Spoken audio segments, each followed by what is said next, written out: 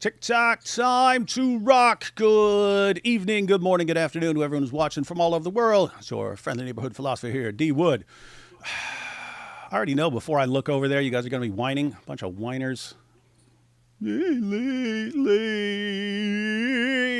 But I'm here, in spite of all your whining, with your friendly neighborhood historical Jesus scholar, Mike Lacona. How you doing, Mike? Hey, David. Great to see you again, brother. Yep. And for anyone who doesn't know the background here, I've known Mike longer than pretty much everyone I still know, except for a couple family members and a couple of guys I still know from prison. But met Mike the year I got out of prison. Met Nabil a little after I met Mike. Met my wife after I met Mike and Nabil. So, yep, I've known Mike and his wife, Debbie, for a long time. Yeah, you and Marie are like family to us, brother. Be careful, because it's not exactly safe being in my family, man. Not exactly safe. A little dysfunctional here and there, a little dysfunctional. Yeah, but hey, before we jump into things, why don't you give everyone a little bit about your background, and then we're gonna check out a debate, because your mind is gonna be blown, Mike. Your mind is gonna be blown by powerful Dawa response to Jesus' crucifixion. Well, I grew up in a Christian family, became a Christian around the age of 10, went to college as a music major, played saxophone. Just developed a real love for God during that time and wanted to learn how to read the New Testament in its original language, Greek. So I took some Greek in undergrad and then applied for grad school and ended up doing a master's degree in New Testament studies. Took as much Greek as I could. Was studying scriptures for several hours a day, studying or praying 1 to 2 hours a day, and really felt close to the Lord. But then one day I just started to question my faith. What if I'd been born in Pakistan? Would I be a Muslim? If I'd been born in India, would I be a Hindu, etc.? Is it really the reason I'm a Christian is because that's all I've been exposed to? Now, of course, you could become a Christian or learn about it for all the wrong reasons, or maybe it's the only thing that you are familiar with, but it just turns out to be correct. That could be the case. But I wondered, do people in other religious beliefs, traditions, who are just as convinced about their view as I am about Christianity, could I be self-deceived? And if I was, it could cost me eternity. And so I began to question my faith, and I've questioned it several times since. Gary Habermas, a philosophy professor, helped me through my initial doubts, spent a lot of time with me, talking with me through it, referring me to various journal articles and books that I read. I listened to debates, really just consumed debates. I mean, we did that when I first met you. And so anyway, I got involved, ended up doing a PhD in New Testament studies. I wanted to study the resurrection of Jesus from a historian's perspective. So I had to learn how historians carry along their works. I studied, more than 100 journal articles written by professional historians and philosophers of history on how to do history, and read many books on how to do it. And then I ended up publishing on it and writing on historical method, and this comparing how historians of Jesus work and combining their work together, and did my own work on the resurrection, the death and resurrection of Jesus, and on other aspects of historical Jesus research. Became a professor at Houston Christian University back in 2012, and have been involved in, I think it's 38 debates at this point, 8 of which have been with Bart Ehrman, and we've since become friends. 8 debates with Bart Ehrman? Yeah. And then, as Mike mentioned, he writes kind of big nerdy books like this. Look at that. Look at that. Look at that. Muslims, way bigger than the Quran. Way bigger than the Quran. This book is like, oh, look at your your cute little book. Oh, cute little book there, right? So just so you know what you're dealing with there. And they've got one verse in the Quran that sounds, and they can't even agree on that, sounds like it's denying Jesus' death by crucifixion. And that settles the matter. That settles the matter for all of them. But yeah, you were mentioning debates. And that was so two interesting things there for you Nabil fans. We used to meet over at your house, Mike, bunch of young people who are interested in apologetics, but we'd also have atheists and even Muslims come sometimes if they wanted to lay out a case. And it was there. Nabil gave his awesome presentation on the scientific miracles of the Quran. I remember that. I remember that. He put up that the board with the erasable ink and gave it, and he did the best he could, but it wasn't good enough. Yeah, and I still have the emails from afterwards where it was you, me, and Nabil. Me, and Nabil were emailing back and forth because he made all these claims, and I start messaging him going, where is that? I want to read it for myself. I want to read that for myself. And then I'd start responding and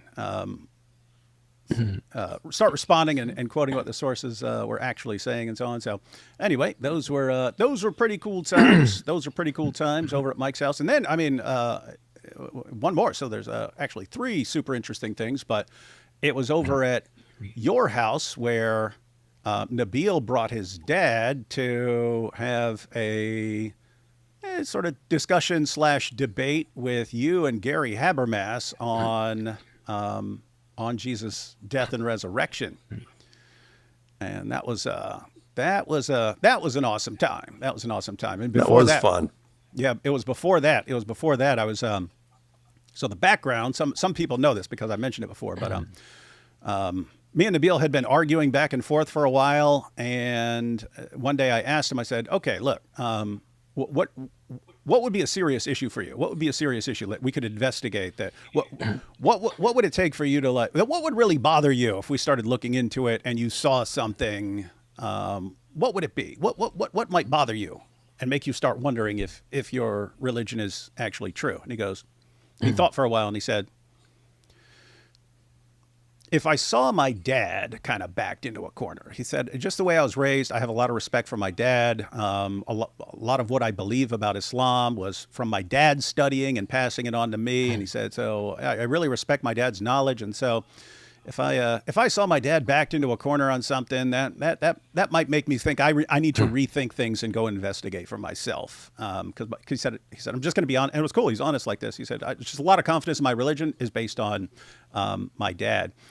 And it was a little after that I said, hey, Nabil, some Christians meeting over at my friend Mike's house, and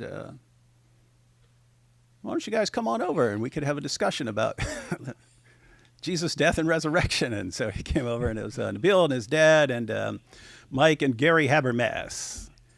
And so that was a fun time. And the other thing was me and Nabil, back when he was still a Muslim, we went and watched your debate with Shabir Ali. And that day I met Shabir Ali because I messaged him before time. This was right after The Passion of the Christ came out.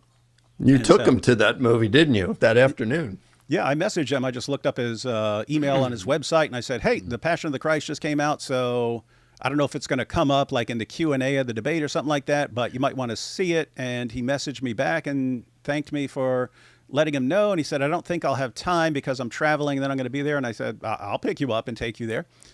And he said, oh, that'd be great. And so, yep, I took Shabir Ali to see The Passion of the Christ. And then me and Nabil watched the debate. And then we had the debate. And then Gary was there. And then we were all chatting afterwards. And then me and Nabil went and we sat in his car for hours discussing things. And I remember that night particularly. Yeah, but I remember you were walking with Gary and Gary's grad assistant, I think, right?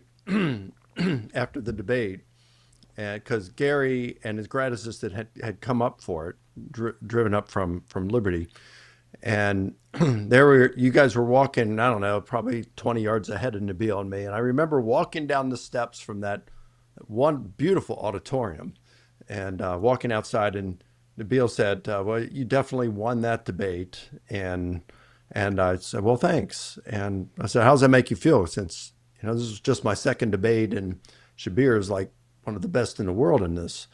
And he said, "Well, I have to admit, you have some evidence. You have some good evidence for the resurrection and for the truth of Christianity, but Islam."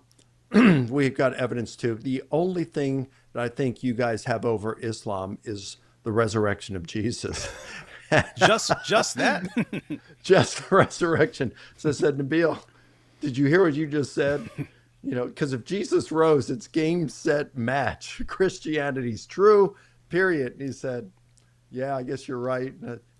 Gary, David, Nabil, tell him what you just said.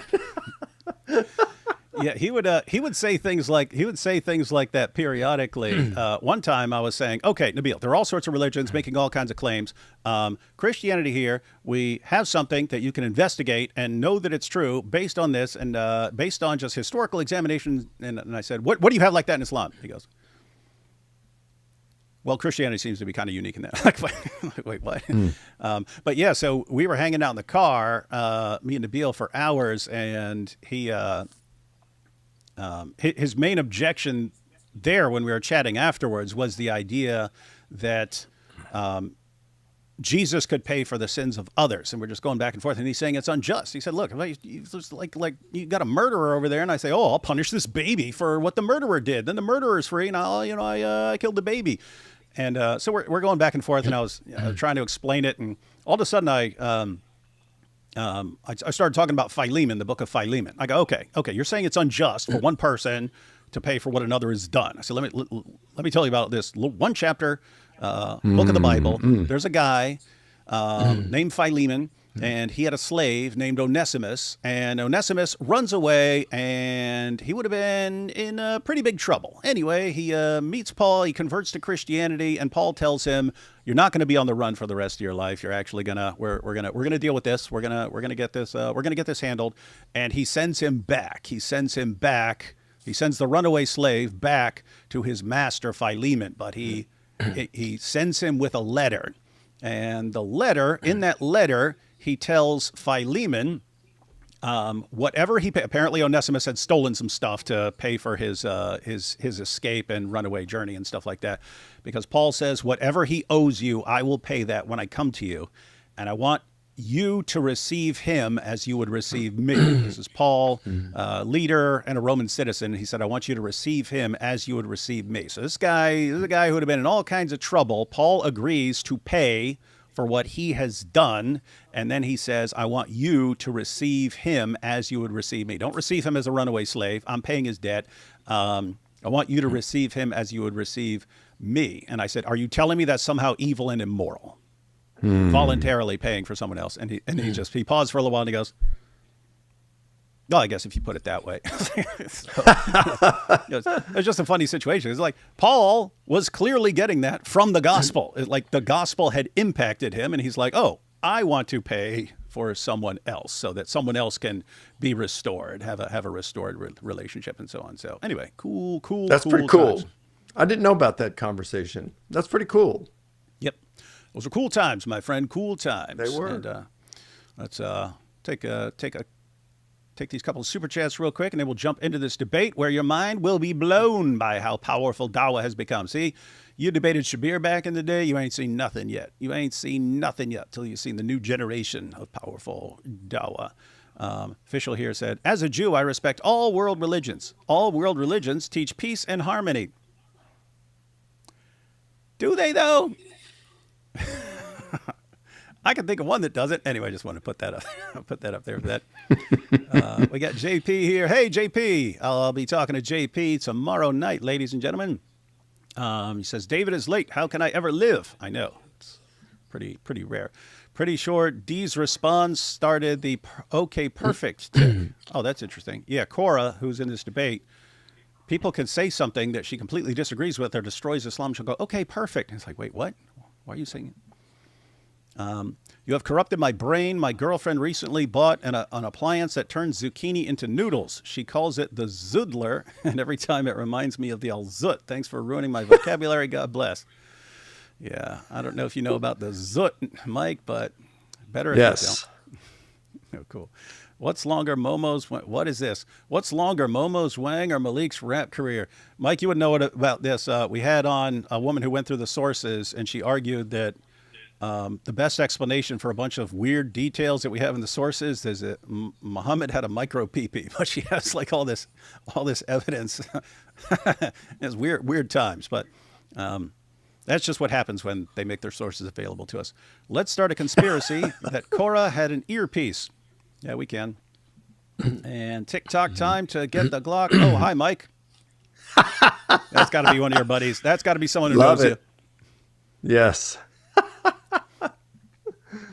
And we've got, even though it's fiction, Saitama's smile illustrates demonic mind manipulation. Demons can manipulate emotions. Wanted to beat Nordine to it this stream. Don't forget Juge and Majuge too. There's a person named Nordine who is interested in the demonic realm and always brings up interesting things. D Wood, you mentioned IP's interview in D Wood. You mentioned on IP's interview in PragerU. Oh, I think you. I was mentioned on IP's interview with PragerU. That's weird. Why would he mention me? But smart. All right, everyone ready? Ready, Mike? All right, everyone. Here, this was prompt 4. Now, here's the thing, everyone. The first three, there were 5 total prompts, and then there was a one-on-one. So we went through the first 3. I thought Korra got crushed on all 3. This is the one where everyone says she did best, and Muslims are loving this one, and now they're saying there's no good historical evidence for Jesus' death by crucifixion. So let's check it out. The crucifixion of Jesus is not a well-established historical event. I don't want to keep stopping every 5 seconds, but just based on that prompt, Mike. Well, Garrett Ludeman was, I think it's very well attested. Garrett Ludeman was an atheist New Testament scholar, and he said it's indisputable that he died by crucifixion. You've got John Dominic Crossan, who is essentially an atheist. He doesn't believe that there's any kind of supreme being in the universe, and he says that Jesus was crucified is as sure as anything historical can ever be. Most historians would say it's beyond doubt that he was crucified and died as a result. So, there's really good evidence for it. But to say that it's not a well-established fact, that's really naive. And you're going to have to come up with some. I can bring the goods for the evidence, but she's going to have to be able to refute that.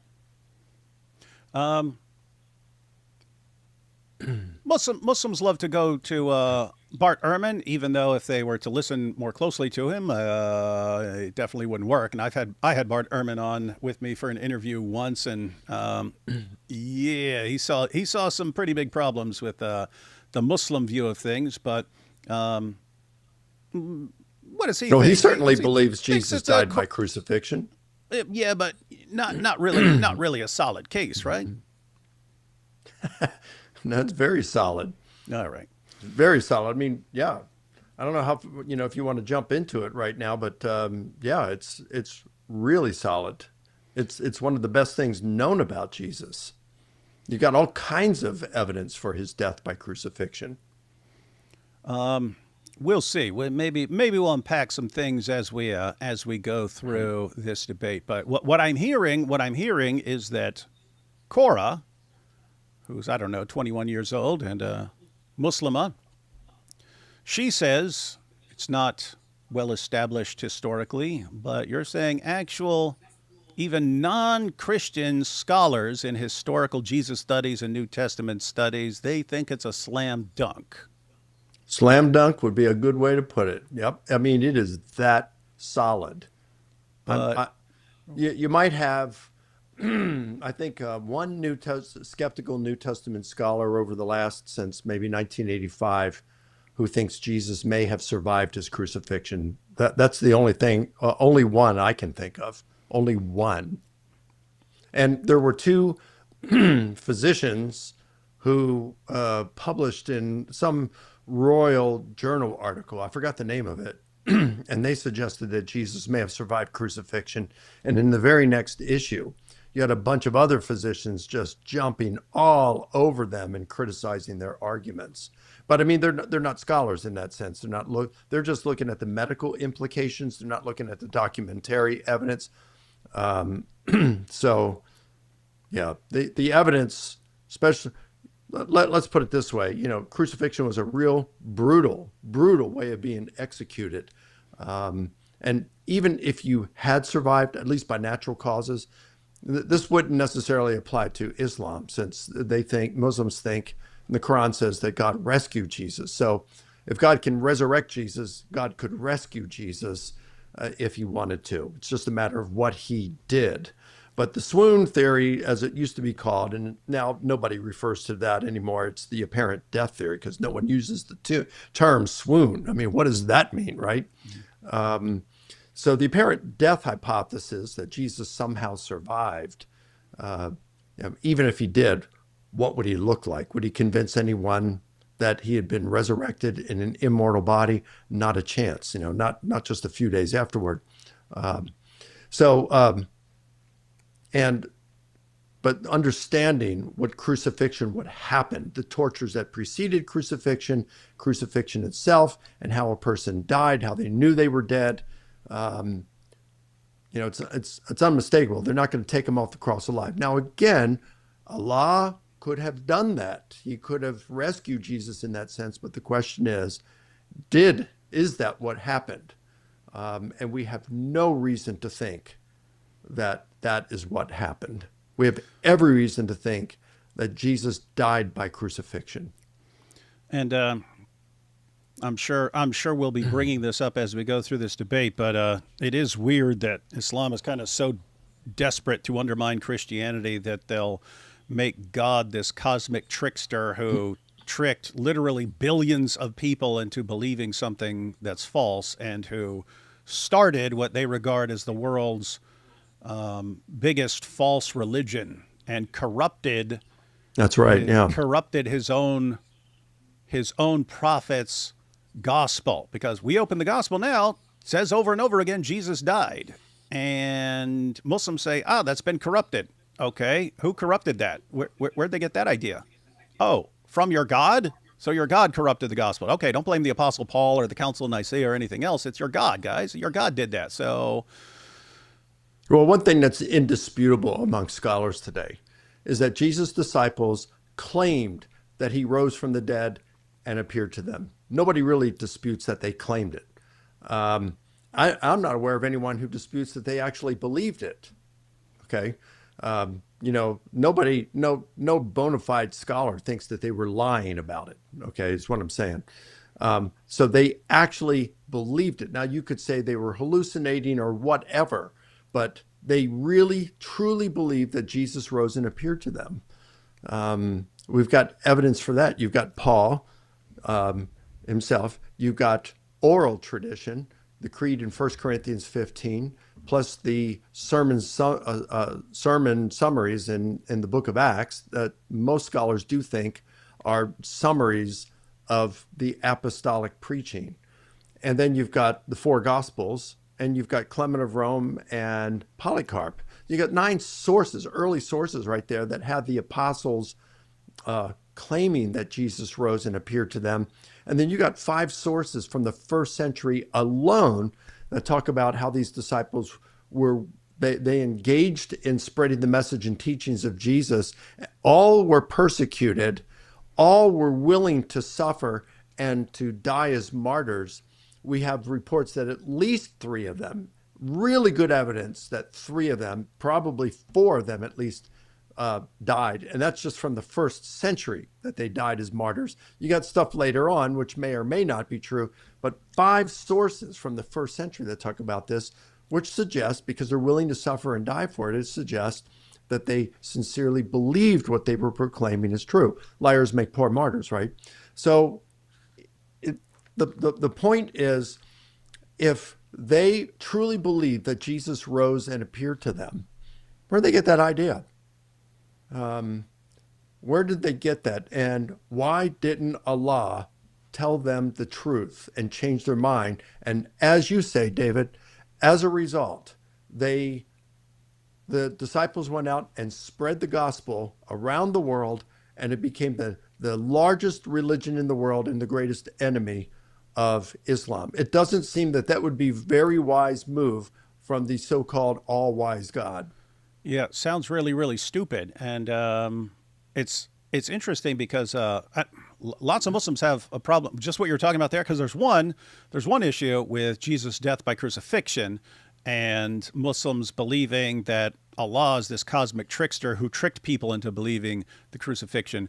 But well, we can understand why he would trick the Romans.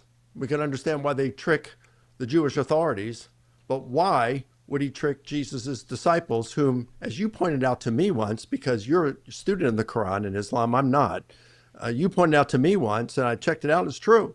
The Quran refers to Jesus' disciples as Muslims. Yep. So God would not only have deceived the Romans and the Jewish authorities, but he would have deceived the followers of the prophet Jesus, whom are called Muslims. And if he's going to deceive them, how can any Muslim today know that he's not deceiving them? Yep. I thought that was a real valid point that you had made in the past. Never forgot it. And apparently even some of Muhammad's own companions got the implications of believing in an omnipotent deceiver, because that happened in the Quran as well. It's in Surah 8 that Allah gave Muhammad a dream. So the Meccan caravan is going to go past Medina, and Muhammad wants to rob the Meccan caravan. And Allah gives Muhammad a dream that it's only protected by a few people. It's only protected by a few people. So Muhammad announces his dream to his followers. Hey, Allah revealed to me that there's only going to be a few people guarding it. And so the Muslims, yay, we can take them. And they march out, and the Muslims were outnumbered 3-1. The Muslims were outnumbered 3-1. And so they're complaining later on. And then Allah reveals in Surah 8, hey, I knew you'd be scared if I told you the truth. So I deceived you. I deceived you into believing it was only a few people. And so, but I mean, think about this.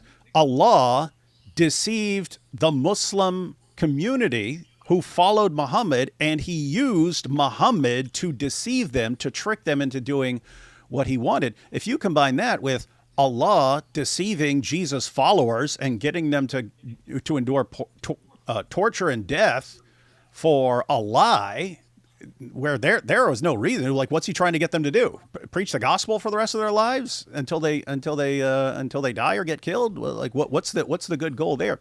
But this apparently worked its way down to Muhammad's companions, because Muhammad's closest companion and the first of the rightly guided caliphs once said, he said, if I had 1 foot in paradise, I would still fear Allah's deception. If I had 1 foot in other words, he dies, he sees paradise, he sees all his virgins lined up, he starts stepping in, and he's still worried that Allah's going to be like, psych, and then throw him into hell. You don't trust that sort of God, and that's again Muhammad's closest. Why that's should be especially concerning to Muslims. Most Muslims have no assurance of salvation. Muhammad said, I don't know what Allah is going to do with me, but there were a handful of people that Muhammad guaranteed would be in paradise. Abu Bakr was one of them, and he still feared. Why? Because Allah had done it before, tricked him through his own prophet that he believed in. So how do I know he's not tricking me all the time? And just pretty wild stuff. But that's kind of introduction, guys, for all of this. Let's see where it goes. My name is Korra. Hi, Korra. I'm Johanna. Hi, Korra. I'm Raisha. I'm Jessica. Hi, I'm Delaney. Hi, nice to meet you guys. All right, so my position on the crucifixion of Jesus is that rather than him being crucified at the hands of both the Jews and the Romans, he was saved and raised to the second heaven by God.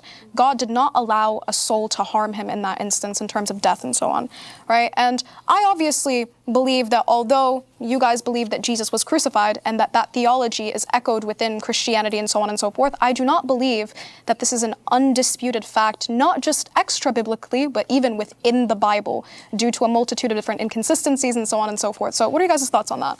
I think that's interesting because the crucifixion of Jesus is the most well-known historically attested event, not only by biblical sources, but also extra biblical sources. So I know that your Quran mentions that it only made for him to appear that way, but it just confuses me. We have all these historical evidence and the historians written about this, but 600 years later, you have Allah saying that it only appeared that way. So how does that make sense? Okay, beautiful. So the Quran isn't actually the only instance in which somebody disputes the crucifixion taking place.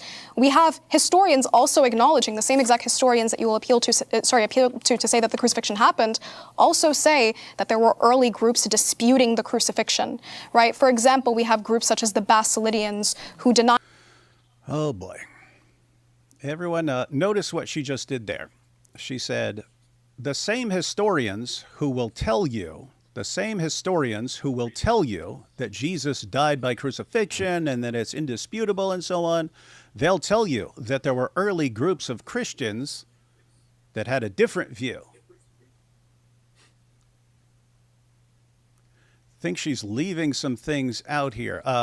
So Mike, if the same historians, Bart Ehrman, for instance, any of these guys would acknowledge what she just said, but not with the implications, and they would say she's seriously leaving some things out. They would say, yes, Jesus' death by crucifixion is as sure as anything historical can ever be. It's indisputable, things like that. They would say, yes, there were some early groups, starting in the 2nd century, there were some early groups that didn't believe Jesus died by crucifixion. And so she's making it sound like, oh, they would say it's debatable. Mike, would any of the historians who say, yeah, there were some groups, 2nd, 3rd, 4th century and so on, who had a different view and didn't believe that Jesus died by crucifixion, would any of these guys entertain the views of these other groups as historically accurate or reliable about Jesus? When it comes to let's say his death, no. Basilides that she mentions, he's 2nd century. 2nd century is when that started, and then it went to sometime in the 4th century, and then faded away.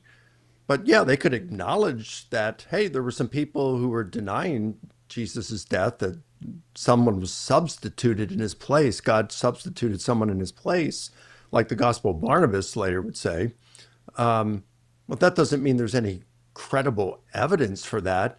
I mean, today, she says the death of Jesus is not an undisputed fact because some people disputed it. Well, some people dispute that we went to the moon. Some people dispute that the earth is round. They're flat earthers. Some people dispute that the Holocaust never occurred. Some people dispute that Jesus ever existed and say that he didn't, Jesus mythers. But these people are so far out there on the fringe that we rightfully turn up our nose at that. Nobody really respects these people. They are a very, very fringe group. People just don't take them seriously. So, because the evidence that Jesus existed, that we landed on the moon, that the earth is round, that the Holocaust occurred, is so abundant and strong. So, to say that it's not an undisputed fact because there were some people like the Basilidians and some others perhaps who said that thought that Jesus survived crucifixion. I mean, that's amazingly naive way of practicing history. What you want to do is go back and say, what were the original earliest people, the followers of Jesus who were there? What were they saying about it? And they were clearly saying Jesus died by crucifixion. And so that's one issue. This is much later than the 1st century sources. The other really weird thing is we know why these guys were denying Jesus' death by crucifixion, and it was not a historical reason. It was a theological reason.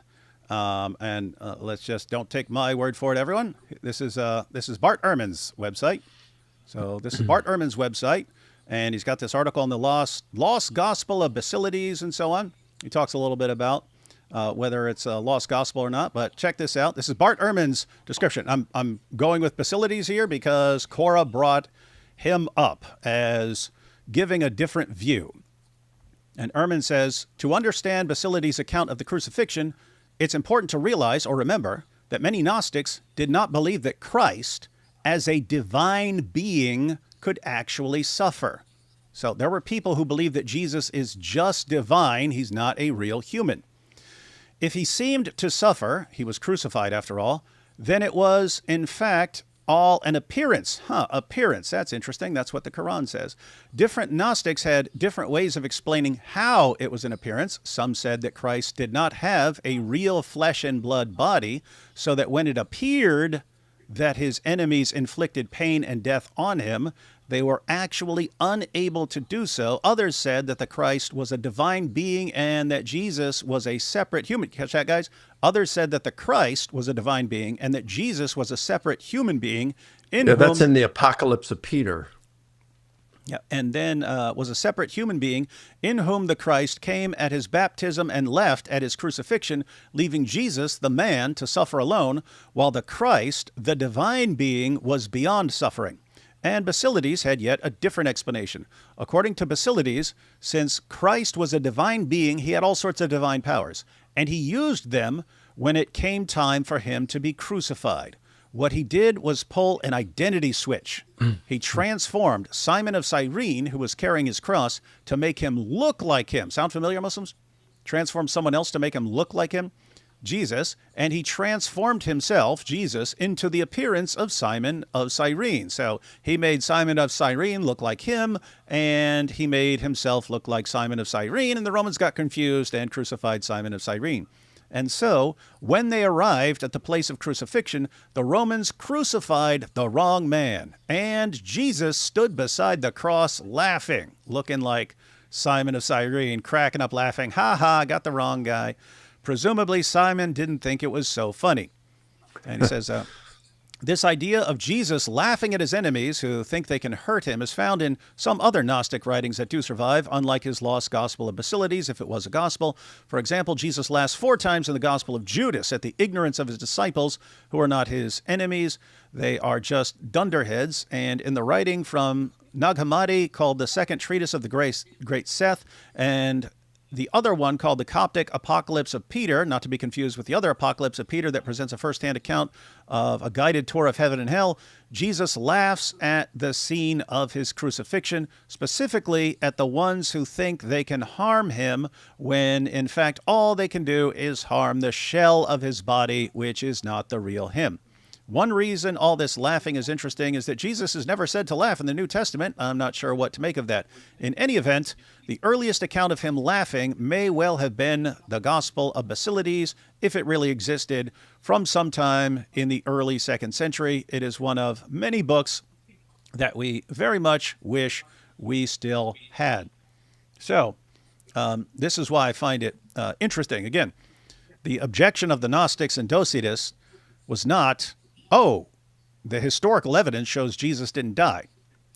They believed he was just divine. He wasn't actually human. And if he wasn't actually human, the objection arose from Christians, well, how exactly this guy get crucified then? And so they had to come up with some explanation. And it's just amazing that the explanation they used, someone else was disguised to look like Jesus, ends up in the Quran, where they don't have that theological objection. They're not saying, Muslims aren't saying Jesus was just divine and therefore didn't have a human body. They believe Jesus was just a human prophet. And so if someone like Korra is at all taking Basilides seriously as a historical source, she'd have a problem with Islam. But yeah, the real problem there is somehow this story finds its way into the Quran. And you want the best explanation of that, guys? You had the Emperor Justinian, Roman Emperor Justinian, and in the 6th century, he expelled heretics from the Roman Empire, and a bunch of them went down to Arabia with their weird stories. And then one of those weird stories ended up in the Quran with the completely opposite meaning from when it was written in the second century. And so, guys, Korra Korra's response is, oh, but, these same scholars who consider Jesus' death by crucifixion indisputable, they will grant that there were later Christians who had a different view. Yeah, and they'll say they're ridiculous Gnostic nonsense, not actual historical information. Wow. So bad start for Korra there. But notice, everyone, Korra would know this if she did her research. Why is she bringing up Basilides? To deceive people. It's obvious, right? I mean, if she actually studied it, she knows this is nonsense. She knows the reason was not historical; it was theological, and she's tossing that in there, hoping that no one catches it. And that's Dawa, guys. That's Dawa. All right, we ready to jump back into this powerful presentation? The crucifixion of Jesus Christ, and they also believe that somebody else was crucified in his place, right? They believe in something called substitution theory. We also have some atheists that believe in something called swoon theory. Swoon theory is essentially Jesus being put on the cross and not passing away, and then when he was taken off and so on and so forth, that reconciles the gospel accounts when people saw him again. So we see a multitude of disputes, not just within... Mike, she just said, we also have some atheists who believe in swoon theory. How popular is that view among scholars? It's not. It's rare as hen's teeth to find someone like that. Barbara Teering, I don't even know if she's still alive, but she's about as far left as you can go and just hanging off the fringe of the theological left. She's the only scholar of whom I'm aware holds that Jesus survived crucifixion. They put him in the tomb. They came by and put aloe and other herbs on him, and it healed him. And he and Mary Magdalene ended up getting married and going off to either France or Germany and having children there. But other than her, I'm not aware of any scholar who holds that view. So that's been, I mean, David Strauss refuted that in the early 20th century, when he said, even if Jesus had survived crucifixion, what would he look like when he appeared to his disciples? He'd been pierced through his hands and his feet. He'd been scourged. Even if he could walk, which is hardly even possible, again, what would he look like in his pathetic and mutilated state?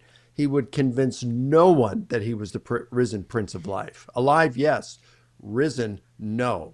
And besides, the swoon theory would also acknowledge that Jesus was crucified, which I don't know if she takes the Muslim view that, like Basilides did, that someone substituted in there so that they were crucified instead of Jesus.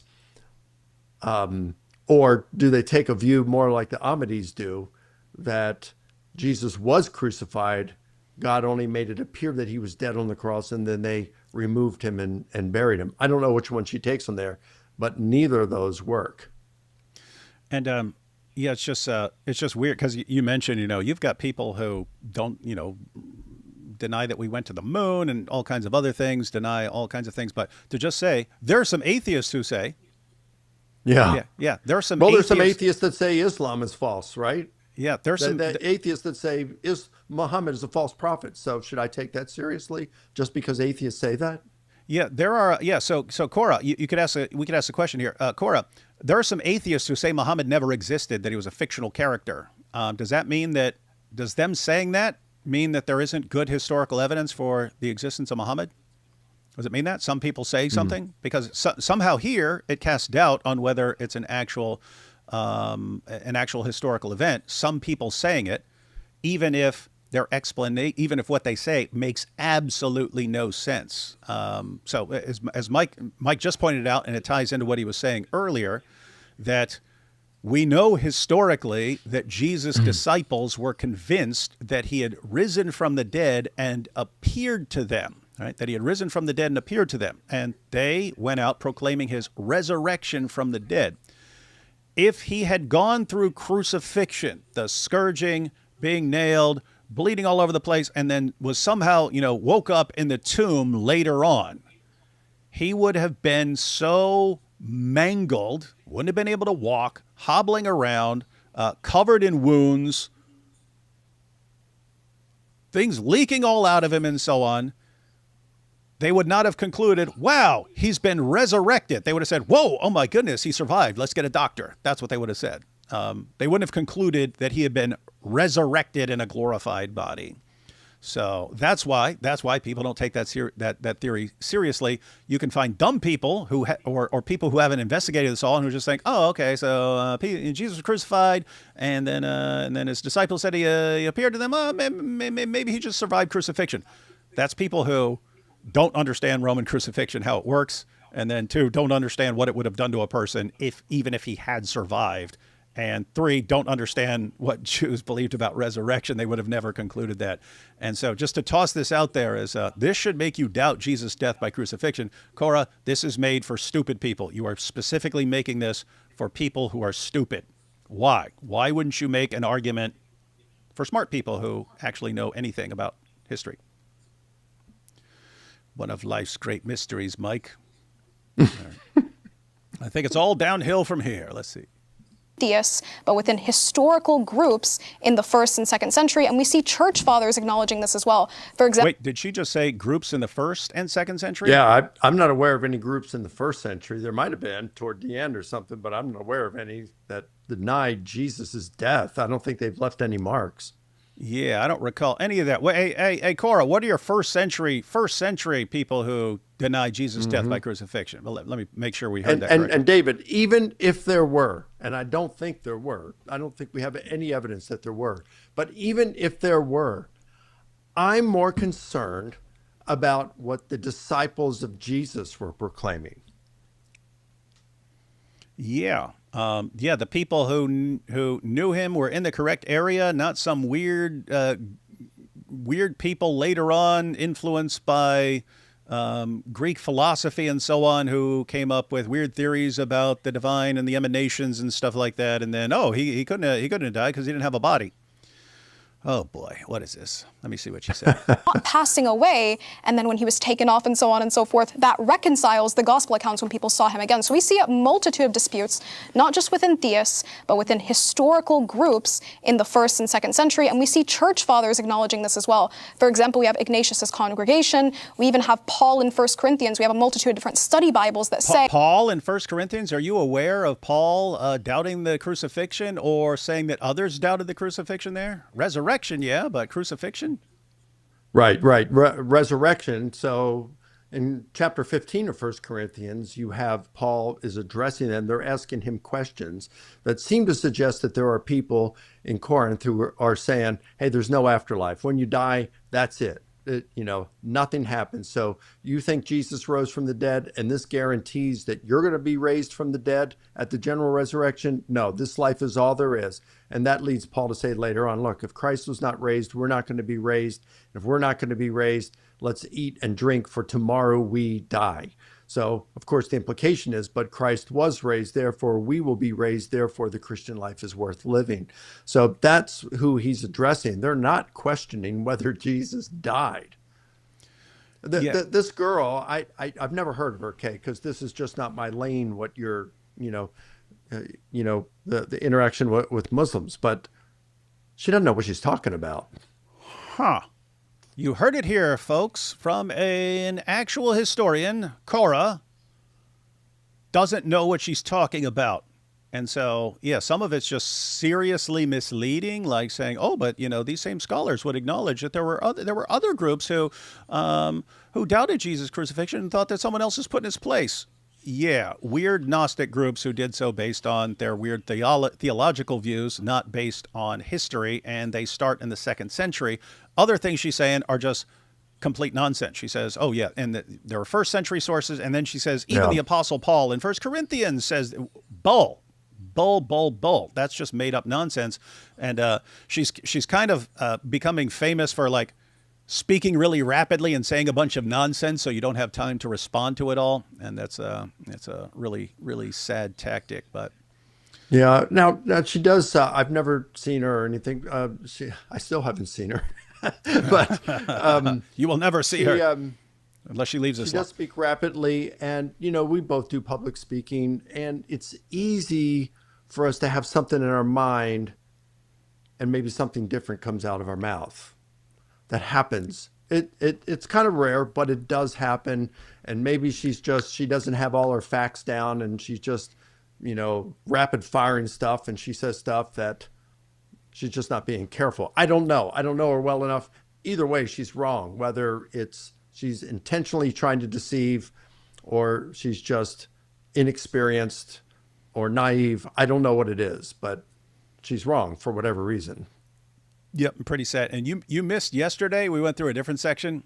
She gave us, for the future, one of the most legendary responses now ever. So give you a quick outline, because this is awesome stuff. So we've been using an argument we call the Islamic dilemma, and that's because I like that. Yeah, Muslims say, oh, your gospel's been corrupted, and so we point out what the Quran actually says, that it affirms the inspiration and the preservation and the authority of our scriptures, orders us to judge by our scriptures. Says we have to believe in all of our scriptures, not just parts. And Allah even says he'll send us to hell if we only believe in parts of our scriptures. So we run that argument. And this has actually forced Muslims into some very strange positions, which would be considered heretical by Orthodox Muslims, because one of their main ways to try and escape the Islamic dilemma is they say, Allah is just affirming your scriptures in general, not on not necessarily on every little particular. So if you have some strange thing somewhere, we don't have to believe that. It's just affirming them in general. So one of the responses to this general confirmation, apart from just pointing out, Allah doesn't say that. He says he's confirming all of it. But even if you want to grant general confirmation, we point out, well, even if it's general confirmation, God is our Father in both the Old Testament and New Testament, and it's all over the place, Old Testament and New Testament. So you've got this weird group now, and other Muslims mockingly call them the Fatherites, who, because they understand the Quran is affirming the previous scriptures and that God is called a father all over the Bible, and that the Quran denies that Allah is a father in any sense, not in a literal sense, not in a metaphorical sense. There's no sense in which Allah should be called father. They have to say, okay, well, if he was clearly called father in the scriptures that he affirms, and yet he rejected being called father in the Quran, he must have allowed it then and then abrogated it in the Quran. So he changed his mind. He said, oh, nope, they're taking this too seriously, so I'm gonna rule that out. No more calling me father. Right? Whereas traditional Orthodox Muslims, they said, if you call Allah father in any sense, or say that this was ever allowed in any way, that's kufr, unbelief. It's unbelief. You're a non-believer if you even say that. But now you have an entire community of Muslims who are being called the Fatherites. But anyway, in that debate, which we went through yesterday, Christina, who's God Logic's wife, she said, well, why did so it's not literal, but why did Allah let them call him father? Why would he do that? And she said, oh, because, he's a creator, and so he's like a father. And so Christina said, well, could you call Allah mother then? Could you, because, he would have sort of given birth to everything by creating. Could you call him mother? And she goes, no, because there's no precedent in the Bible for that. And so that came out, and then so we started pulling up passages where God describes me, I'm like a woman in labor and stuff like that. And but here's the thing: since according to her reasoning, you could call Allah father back then because of this. The same reasoning would mean you can call him mother, and you do find the precedent for God comparing himself to a mother. But calling him father was abrogated in the Quran. Referring to him as mother was not, and therefore you can still call him mother because nothing ever changed it. And so she accidentally started what we're going to call like the cult of the Motherites, and she's going to be stuck with this forever because we're all going to start using this, and she gets to take all the credit for coming up with Allah is a mother. So. Yeah, she's causing all kinds of problems with the nonsense she's spouting. And this is an ongoing problem in da'wah. They're so desperate to win any point in the moment. They'll say anything, they'll make anything up, and they have to deal with the consequences later on. And so wild stuff. All right, let's see if she comes up with something better. that Paul is addressing groups that denied the crucifixion in his time. So we see. She said it. Okay, there you have it, Mike. She didn't mess up. She said it again. She said 1 Corinthians, and now she says Paul was addressing groups who denied the crucifixion. Let's play it again. We have Ignatius's congregation. We even have Paul in 1 Corinthians. We have a multitude of different study Bibles that say that Paul is addressing groups that denied the crucifixion in his time. So we see early. What study Bibles, Cora?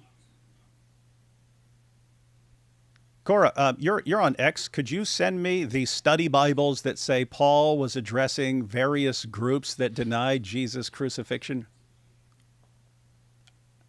Wait, see, we don't think there are any, Cora, but you can prove us wrong and show us those study Bibles that say that.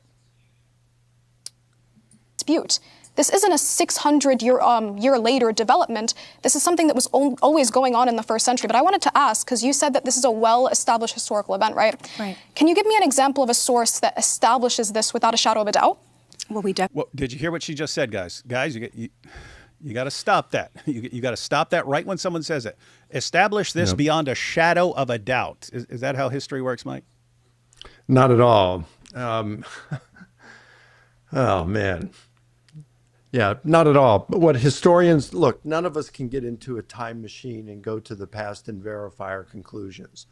All historians can do, the practice of history, is to look at the documents, the data, and then you see what are probably facts. Facts would be data that you look at that, so strongly evidence that virtually everyone agrees on, and there's strong evidence for it, okay? Not every historian will agree on what's a fact, all right? So, but if you look at things, I like what Paula Fredrickson, she's not a Christian, she's a historian of Jesus, and she called it historical bedrock, facts past doubting. And she doesn't mean beyond the shadow of any doubt. She's just saying things that are just really, really strongly evidence. She calls it historical bedrock because that's what you want to build your hypothesis on, all right? So you look at the historical bedrock, you look at other historical data, and you formulate hypotheses based on that data and those facts. And then you assess the hypotheses on how well they can account for the data, the relevant facts. And the hypothesis that best accounts for those is regarded as what probably occurred. And so you've got criteria such as, I'm using those used by Behan McCullough. You got explanatory scope. In other words, the hypothesis that can account for the maximal number of those agreed upon facts. So let's say you got 10 facts, all right? A hypothesis that can account for all 10 of them is far more likely to be true than one that can only account for 5 of them. That's just common sense. And then you have explanatory power. Given the truth of a hypothesis, we expect certain things to result. The extent to we get those things, that hypothesis may be said to have explanatory power. So like with, if Jesus died by crucifixion and did not rise from the dead, what we would expect is for the messianic movement that Jesus started to fade off into history and only become a footnote in future histories written. That's what we would expect. But that is not what we get. We get Jesus' disciples that all of a sudden they just get empowered and they go out and, you can kill me, you can torture me, you can throw me in prison. Doesn't matter. I saw him. He's alive. And they despised death. They cared little for death, because they believed that the risen Jesus had appeared to them. That gives great explanatory power to the resurrection hypothesis. You look at plausibility, given our background knowledge, which hypothesis is compatible with our background knowledge. Now, people are going to dispute over what our background knowledge is. Some are going to say, well, God doesn't exist, and so supernatural events don't occur, miracles don't occur, and since they don't occur, then the resurrection wouldn't be compatible with our background knowledge. A theist might look and say, well, God does exist. He does interact in our world. There's evidence that's very hard to dismiss for a number of events that strongly have the strong appearance of being miraculous.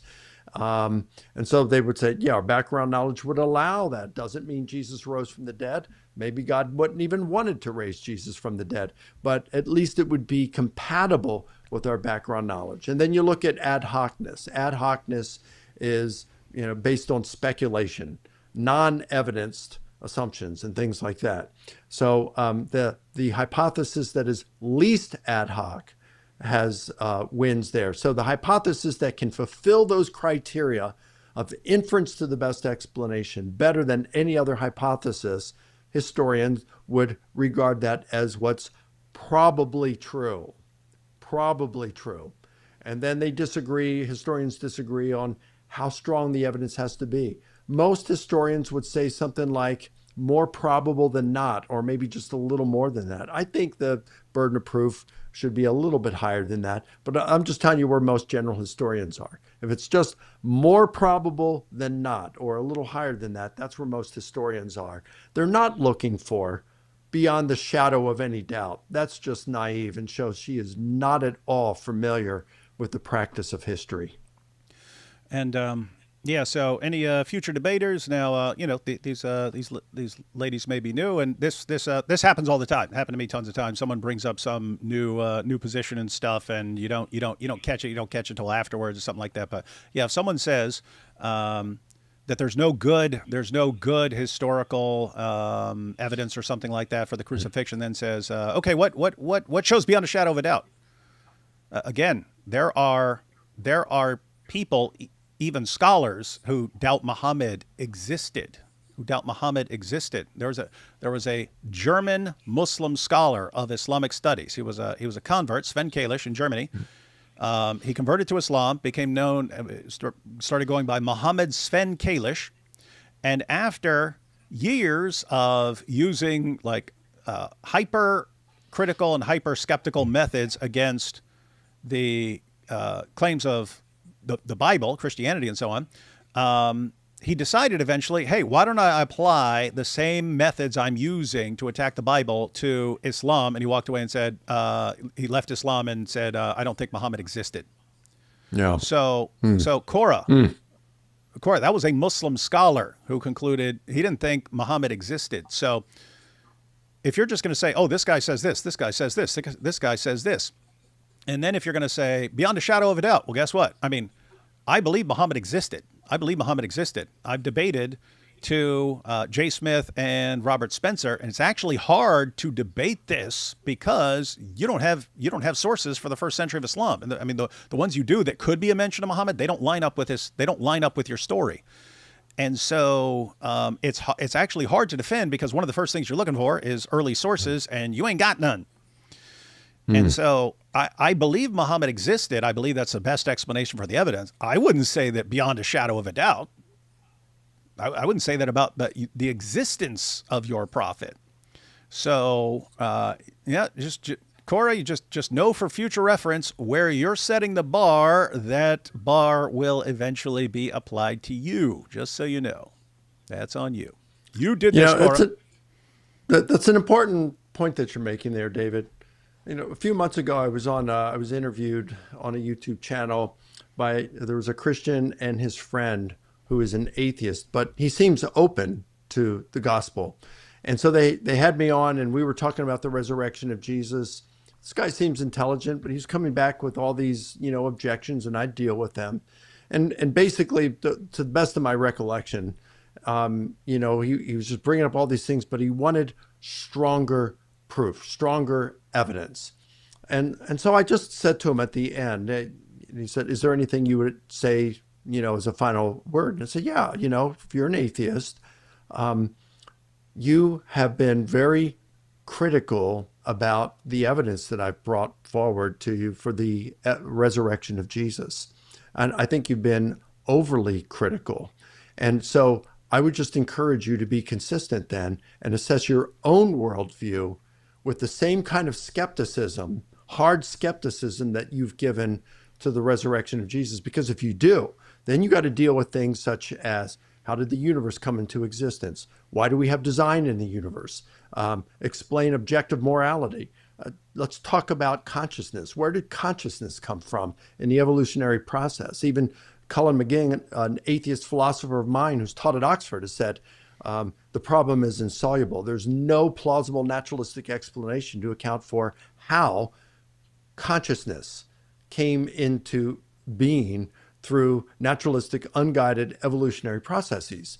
And so there's all these things that you have to be able to account for as an atheist. And so can your atheism survive such criticism?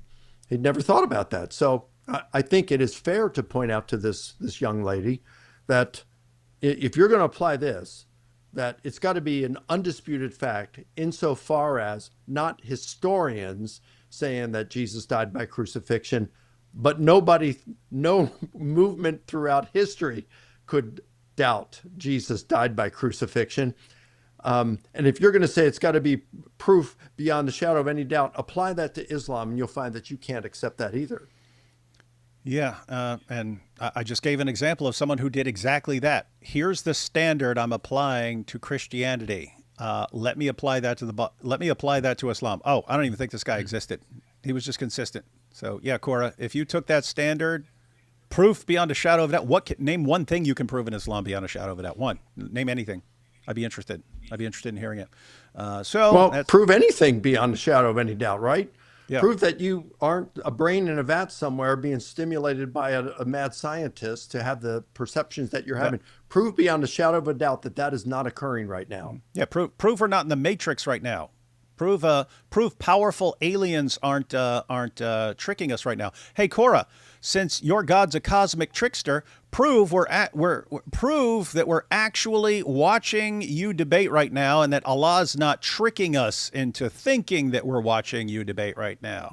Guess what? He could be doing that, right? So beyond a shadow of a doubt, interesting. Maybe Especially Korra doesn't exist. Yep, maybe she doesn't exist. Maybe Allah just makes everyone think that she exists to annoy us. All right, let's check this out.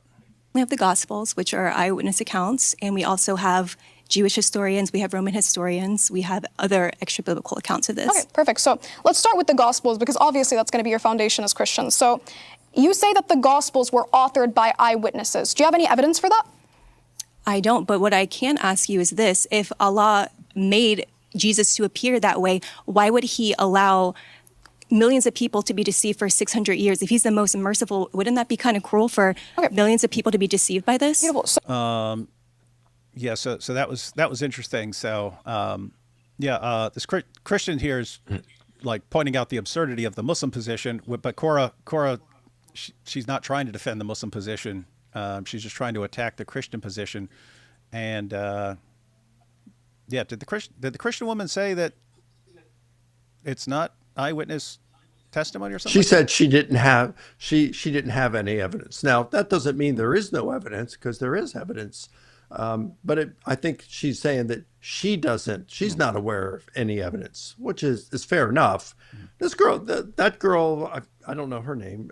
She seems like she has some knowledge of some stuff, but none, I don't know how much any of these girls, the Christian girls, have, worked on this kind of stuff beyond Sunday school. Well, let's see where they go with this. But yeah, Korra's not going to defend, because think if she tried to defend the Muslim view with this method, prove beyond a shadow of a doubt that Allah tricked people into thinking that Jesus died by crucifixion, and prove that historically.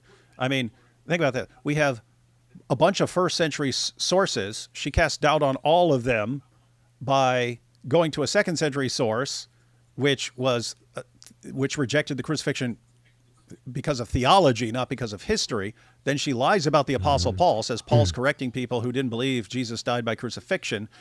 And then she would go with the Quran 6 centuries later with one verse in the Quran, and we're all just supposed to go with that, and that would be beyond a shadow of a doubt? No, she would never accept that burden of proof. But that's what she's putting on the Christians. So interesting stuff. Let's see. That kind of deflects from the topic itself, because obviously I can answer that question, that's not a problem, but I'm emphasizing on you saying that there were eyewitness accounts. If you say that the Gospels were eyewitness accounts, how can you simultaneously say that you don't know who wrote them? How can you now verify that they're eyewitness accounts if you can't even prove that the people who you claim wrote them actually wrote them? Well, we also had Paul who mentioned that there were 500 eyewitness accounts that were still alive today. Yeah, but that's not 500 eyewitnesses. That is one non-eyewitness mentioning that there were 500 eyewitnesses, not to the crucifixion, but allegedly to the resurrection. So that's completely different, but it's... She's right. That's eyewitnesses of the resurrection. It is important to note, though, they wouldn't have been witnesses of the resurrection if Jesus hadn't died, right? Like you got to die for there to be a resurrection. But I want everyone to take note, because this is very important, guys. That again, the standard that she's using.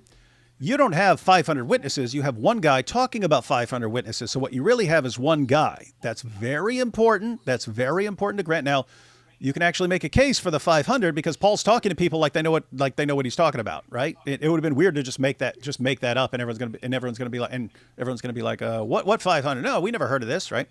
So he's saying this in an atmosphere where people would know whether you have these witnesses or not. But following that reasoning, because there's a huge problem with consistency in Islam. All you Muslims who think that Abraham, Moses, David, John the Baptist, Jesus all supported Islam, you've got one guy saying that, Muhammad. One guy is saying that everyone agreed with him. So it's not, you don't have this cloud of witnesses to support your view. You got one guy saying everything. And that one guy seems to be making things up like it's a sport. Like you wanted to get a word out? She said that Paul, she said there's no eyewitnesses. I don't know if I guess she's referring to the crucifixion. I mean, Paul claims to have been an eyewitness of the resurrected Jesus. And he knows others who, he knows others who were claimed to have been eyewitnesses of the risen Jesus. He met with Peter, James, and John. Peter and John, two of Jesus' three closest disciples, and James, Jesus' half-brother. And they, in Galatians 2, an undisputed letter of Paul, they're certifying that what he's proclaiming is what they're proclaiming in terms of the gospel message, at least. And that gospel message, as he goes on to say in that oral tradition in 1 Corinthians 15, 3-7, you've got the death, burial, resurrection, and appearances to individuals and groups, friend and foe alike. So, I mean, you do have some eyewitness testimony. And I would go ahead and I think that Matthew and John are closely rooted in eyewitness testimony. Did Matthew and John read to papyrus? Probably not. I think they probably had some people helping them. At least this is what the Muratorian fragment and Clement of Alexandria say. And it's entirely plausible that you would have, as John and Matthew were coming to the end of their lives, that people would be begging them, don't take this to the grave with you. Well, I can't write well, I'm not educated well enough to be able to write a whole biography of Jesus. We will help you. Certainly there would have been some trained people amongst them. Certainly in the New Testament itself, we find at least 11 names, who would have been wealthy, had the means, and would have been very happy to pay for a secretary to write down as a ghostwriter, let's say, for Matthew and for John. Been very happy to do it.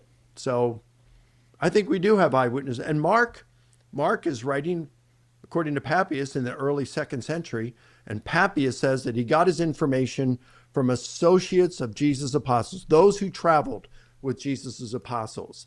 And at least 2 of those apostles, he said, were still alive at the time when he received this information. So it's the late 1st century that Papias, who's writing in the early 2nd century, it was the late 1st century when he received this information. And he says that Mark was Peter's translator, and he wrote down what he remembered Peter had said. So there you've got someone very close to the event itself, having an excellent source, and he's talking about how Mark is writing what the eyewitness Peter, Jesus' lead apostle, one of his 3 closest disciples, had been teaching. That's pretty good stuff. And then you've got Luke, who says he went and interviewed the witnesses That's right. about Jesus, and I mean he talks about various things like the he mentions the women who were there, and this is the guy who says he went and interviewed the eyewitnesses and so on. But there are kind of two things here. So she's requiring eyewitness testimony to verify something, which here again casts doubt on anything in Islam, including Surah 4, verse 157. You've got Muhammad saying it. Was Muhammad an eyewitness when he's saying these things? No, he's stealing stuff from Gnostics. That's why they called him the ear. They said he believes whatever anyone tells him. Yeah, but Who was saying that about Muhammad? That's according to the Quran. They called him the ear. They said, Interesting. it's in Ibn Ishaq, which is by the way, Ibn Ishaq, our earliest biographical account of Muhammad. It was written more than a century after his death. And these are the guys who are telling us to prove things beyond a shadow of a doubt. We're dealing with tons of first century sources who are all in total agreement about Jesus' death by crucifixion. She has to go outside the first century to start finding weird philosophers and stuff to start and treat them as historical sources. But guys, these are the gymnastics you have to do to deny something like the crucifixion and to defend the one verse in the Quran from 6 centuries after the event, from a guy that, using Korras' method, she can't even prove existed. And this is what we're supposed to believe. But yeah, just two things there, Mike. So one, we're talking about there's obvious here. There's a lot of crazy things here. So according to Korras' view, were there eyewitnesses of the crucifixion?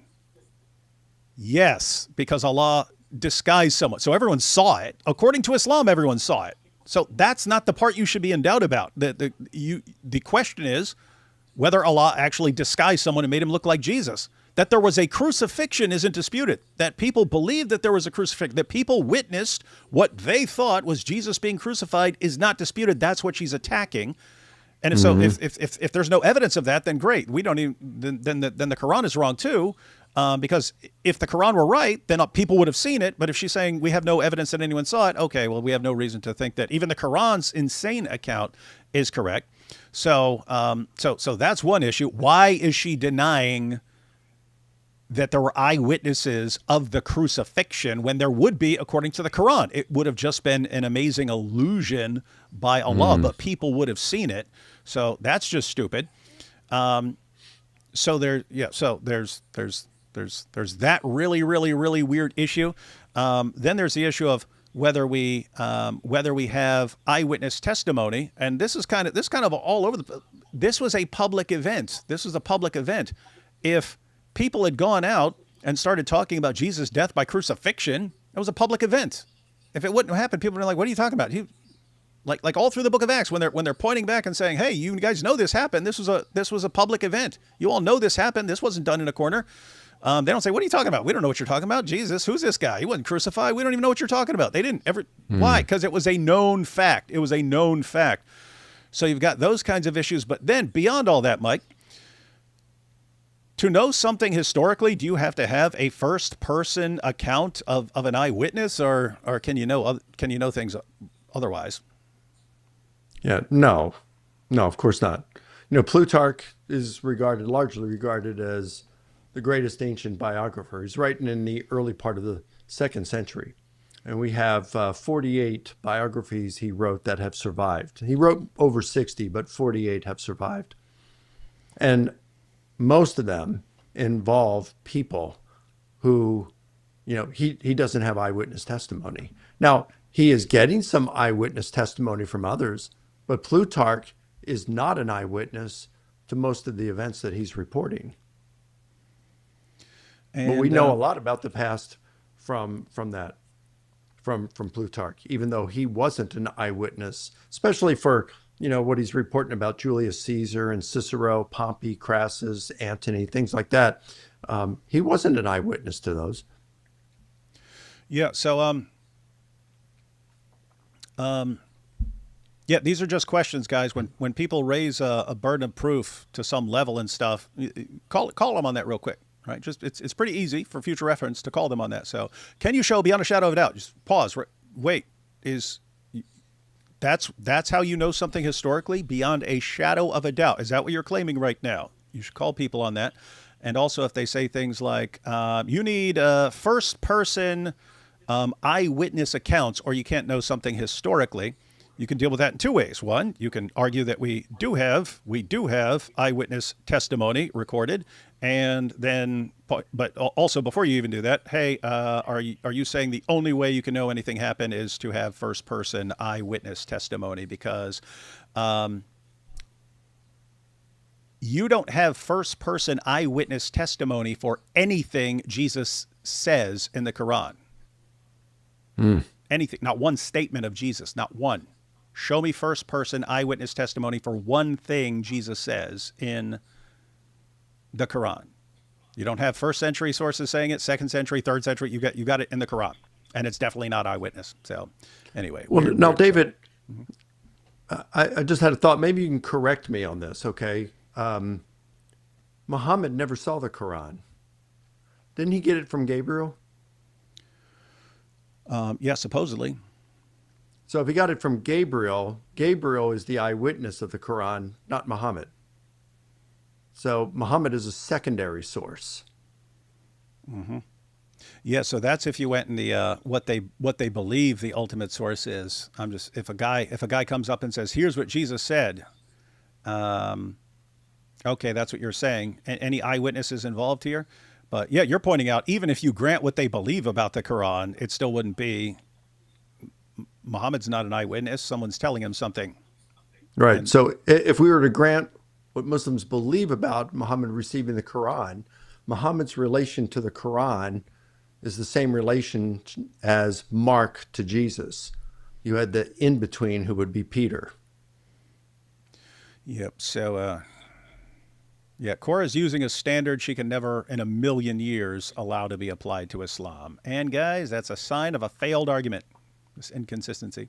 Yes, I actually wanted to say, so she said there was 500 eyewitnesses, and you brought up atheists, but there were also agnostics. These people could have believed otherwise. They had no reason to make others believe that Christianity was what it is. And also, she mentioned about 600 years going by that why would God allow, that goes against his nature. God would not allow for people to be deceived, for Jesus Christ to appear to be crucified, because that goes against his nature. God says in Numbers 23:19, God is not a man that he should lie, or a son of man that he should change his mind. You keep mentioning things that God changes his mind, that God is faithful.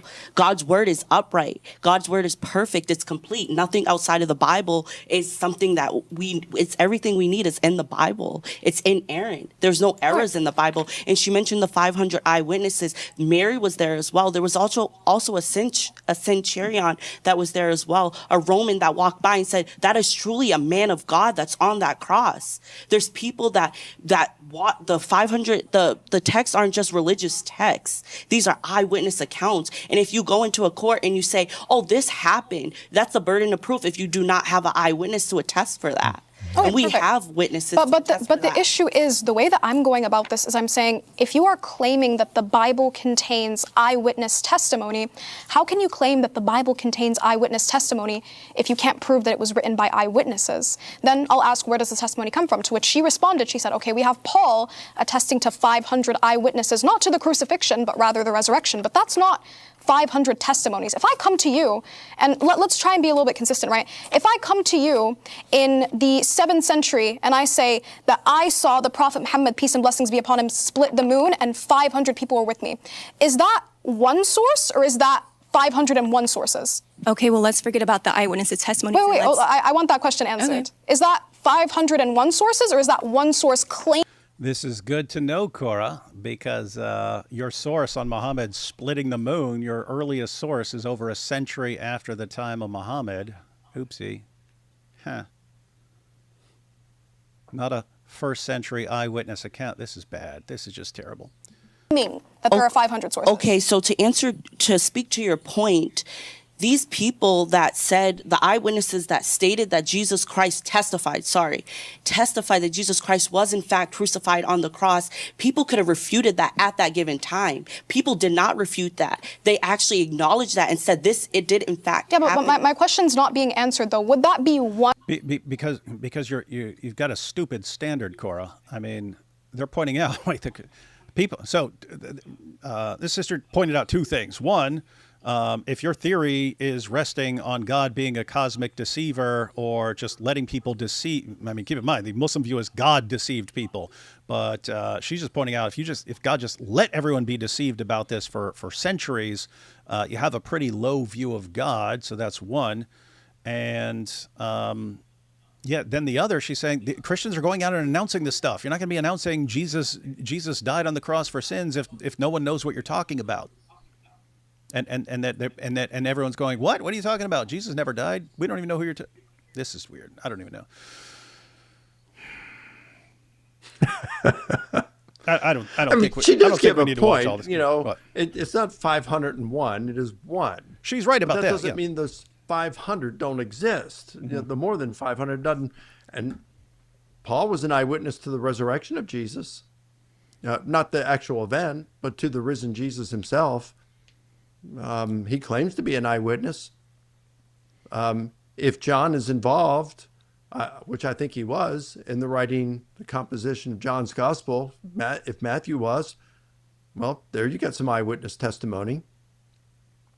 And the 1 Corinthians Creed, I mean, that's the early creed put out by the early Christians, and it lists all these eyewitnesses of the resurrection. She's focusing on the crucifixion. No one would have concluded resurrection if Jesus hadn't died. So the point This is the gospel message that he says in Galatians 2. He ran past the Jerusalem apostles, Peter, James, and John, and they certified that his gospel message was on message with what they were proclaiming. And he says, death, burial, resurrection, appearances to who? To Peter, to the 12, to more than 500, to James, to all of the apostles, and then he adds his own name to the list. So he meets with Peter 3 years after his conversion, and he also sees James, the brother of Jesus. 14 years later, he meets with Peter, James, and John, and runs the gospel message past them to ensure he's preaching what they're preaching. And then when he articulates the gospel message that he preached and by which they were saved, believed and were saved, the appearances to Peter and James. So of course he's getting this from these apostles. This is eyewitness testimony from them. there's something we haven't brought up here. I'll just briefly mention it. Could go into a lot more detail here, but you also have something like this. So this is Mark 9. Jesus again foretells death, resurrection. They went on from there and passed through Galilee. And he did not want anyone to know, for he was teaching his disciples, saying to them, the Son of Man is going to be delivered. And this is Jesus, guys. He says, the Son of Man is going to be delivered into the hands of men, and they will kill him. And when he is killed, after 3 days, he will rise. We actually have a ton of this in Testimony? We have a ton of this in the Gospels, right? Where Jesus, in various ways and at various times on multiple occasions, is telling his disciples that he's going to go up to Jerusalem, that he's going to die by crucifixion. And you got it right there in Mark, but you got Matthew. Matthew is one of his disciples. And so Well, you got it several times in Mark, right? Yep. Several times in Mark. So you have it, first of all, it appears in Mark 8, 31 through 33, where Jesus predicts he's going to die and rise from the dead. And Peter pulls him aside. And the Greek says he rebuked Jesus and says, no, it won't be this way. And Jesus turns and rebukes him and says, get behind me, Satan. So you apply the criterion of embarrassment to that. Why would you make up such a story and cast your leader, the guy that was going to take over once Jesus died, why would you do this and intentionally cast him in such a negative light as to call him Satan? And then one chapter later, chapter 9, which is the verses that you just looked at, verses 30 through 32, you have Jesus saying, the Son of Man will be delivered into the hands of men. And there is a play on words there. You have it's staircasing. The Son of Man will be delivered into the hands. The Son of Man will be handed over into the hands of men.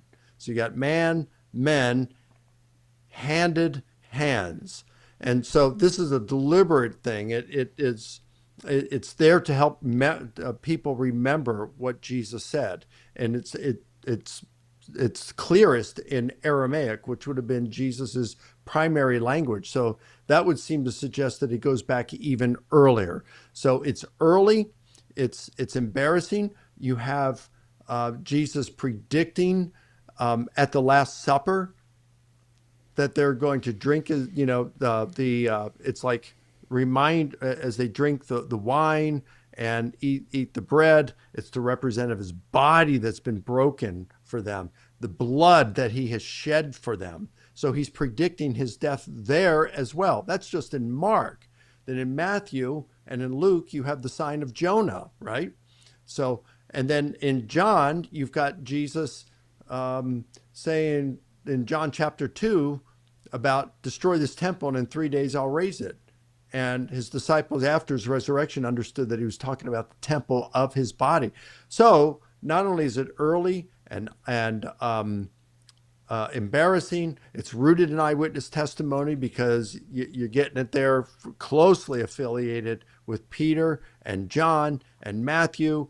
And you have multiple independent sources there. You have a motif that is prevalent amongst all four biographies of Jesus.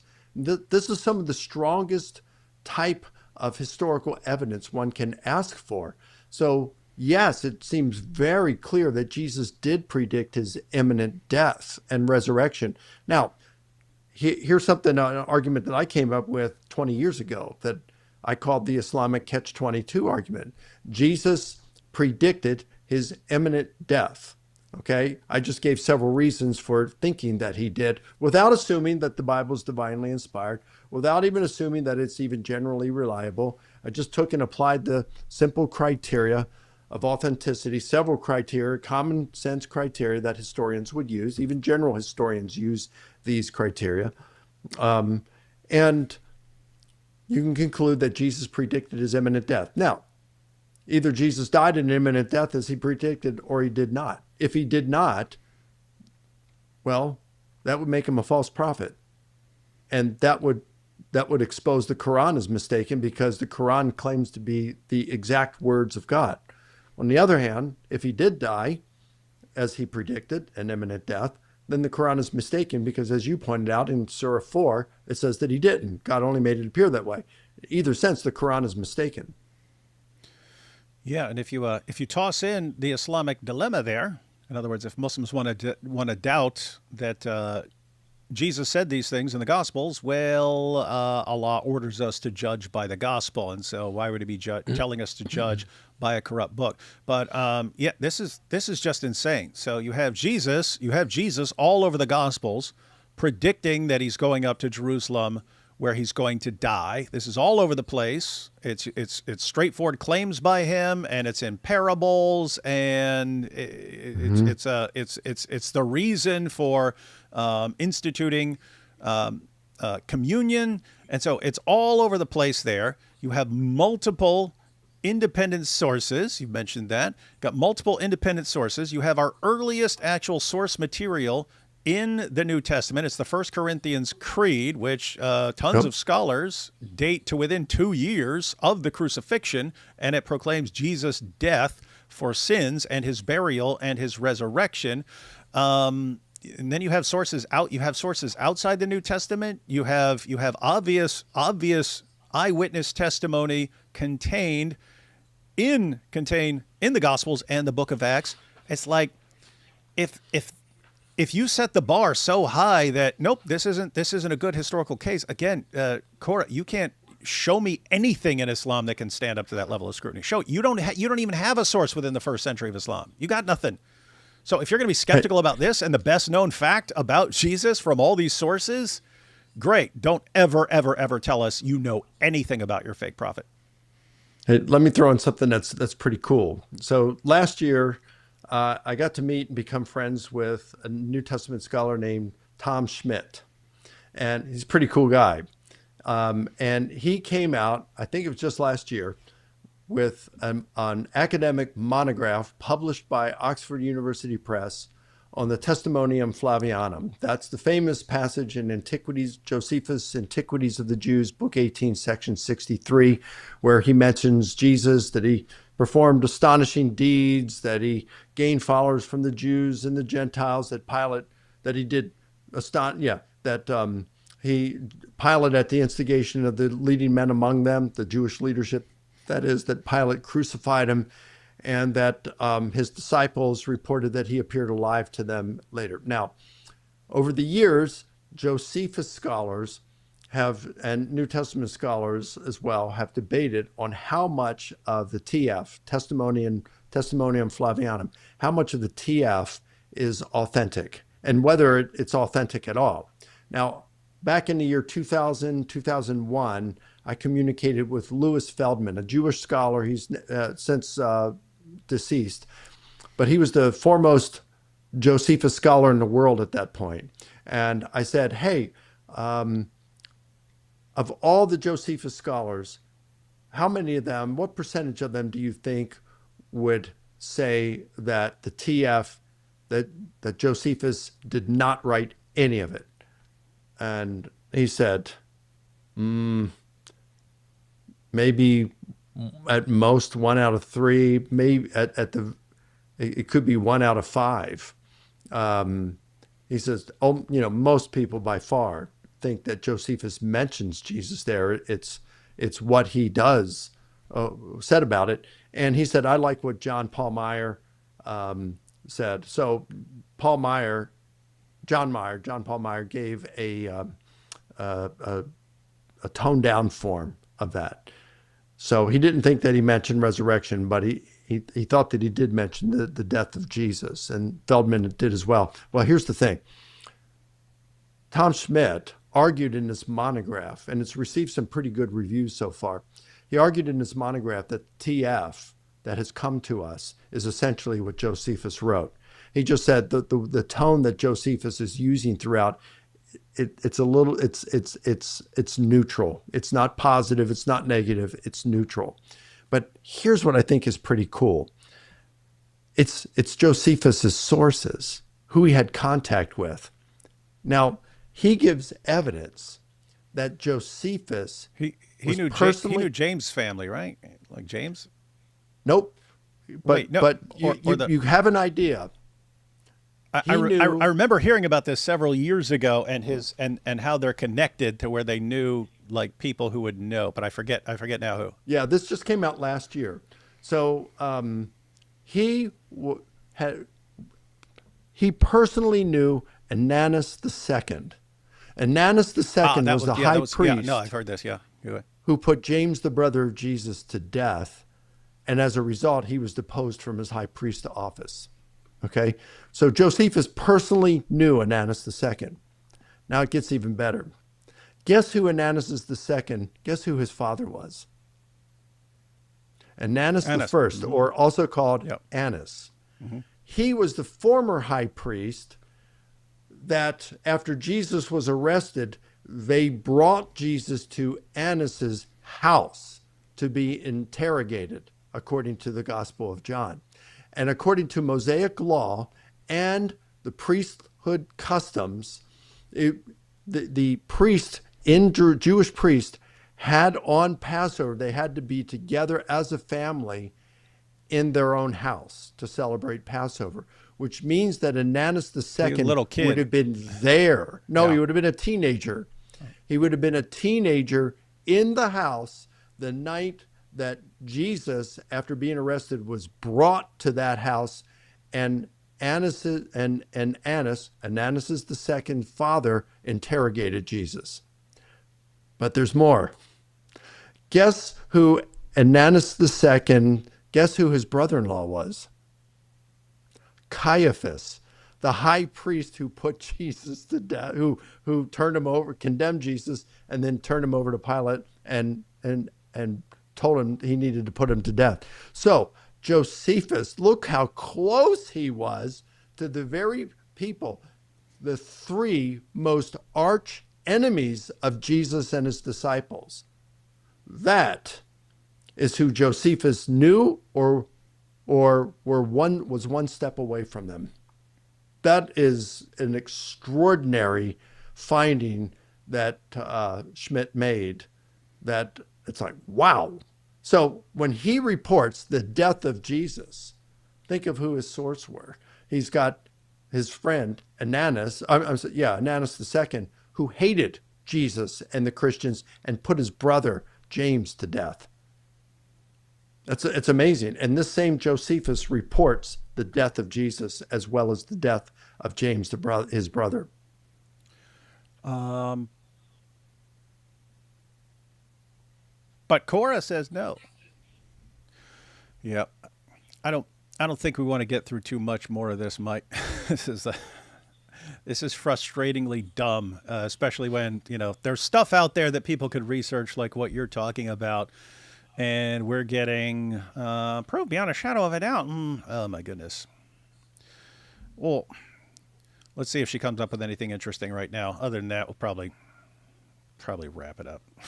Allegedly, or would that be 500 testimonies from Paul specifically? Because Paul, when he claims 500 eyewitnesses, he is the only person who makes this claim. And to that fact, we don't have all of these individuals' names, right? So I'm asking, would that be 500 sources or one source? So I'll just chime in.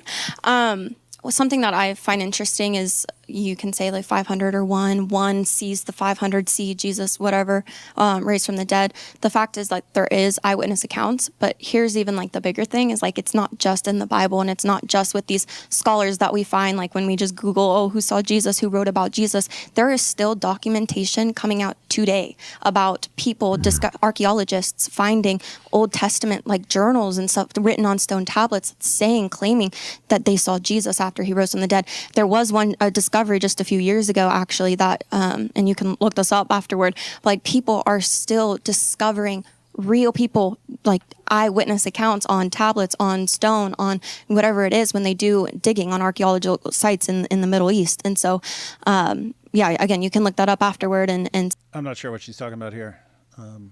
It certainly doesn't, I can't think of how that relates to Jesus' crucifixion. Yeah, I'm not sure either. Yeah, but I think that that's just so true because that's such an outside point of view, right? You can say 100, 500, etc. I do want to touch on that because I did want to mention data outside of the Bible as well, but I wanted to emphasize on the Bible first, just because that's something that will unite the four of you guys. You all accept the Bible, right? Should unite you too, Cora, because your God affirms it. So I wanted to touch on that first, but it seems like there's really not much of a response in terms of whether or not it's one source or 500 sources. But even if, like, let's say it's one source in this instance, it's Paul saying that 500 people attested to this. You still interested in this? They're kind of going down a rabbit trail. No, I know one other. I asked for the link to this last night. There is one other thing I'd want to point out where she makes an egregious error. She says the first manuscript we have of either the New Testament or something that mentions the death of Jesus is post-10th century, which would make it post-Islam. And so therefore, it's not credible. Not only is that false, it's not even close to being true. So I did a little bit, I have a book that was put out by Charles Hill and Michael Kruger on the earliest manuscripts of the New Testament. And then I looked at some others as well. You've got the Codex Vaticanus and Codex Sinaiticus, both of which contain the entire New Testament, all the Gospels, all the writings of Paul, all the everything in our New Testament, and even more are in those two manuscripts. They are dated to the middle of the 4th century. In fact, Codex Vaticanus may be even a little bit before that, a little bit earlier. So you've got those. Then you have Codex Alexandrinus. That has virtually all of the New Testament, and it has absolutely has all of the the passion and resurrection narratives in the Gospels, and has a lot of the stuff that it's missing. It's missing just like 3 parts or something like that, and none of it really would negate it. It still has all the claims that Jesus died by crucifixion and rose from the dead, and that is in the 5th century.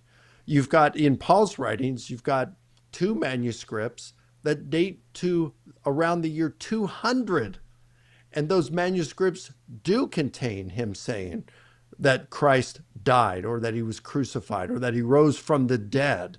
In fact, the creed, the oral tradition in 1 Corinthians 15 verses, I think that one contains just verses 3 through 6 in it, still has his death, burial, resurrection, and a number of the appearances.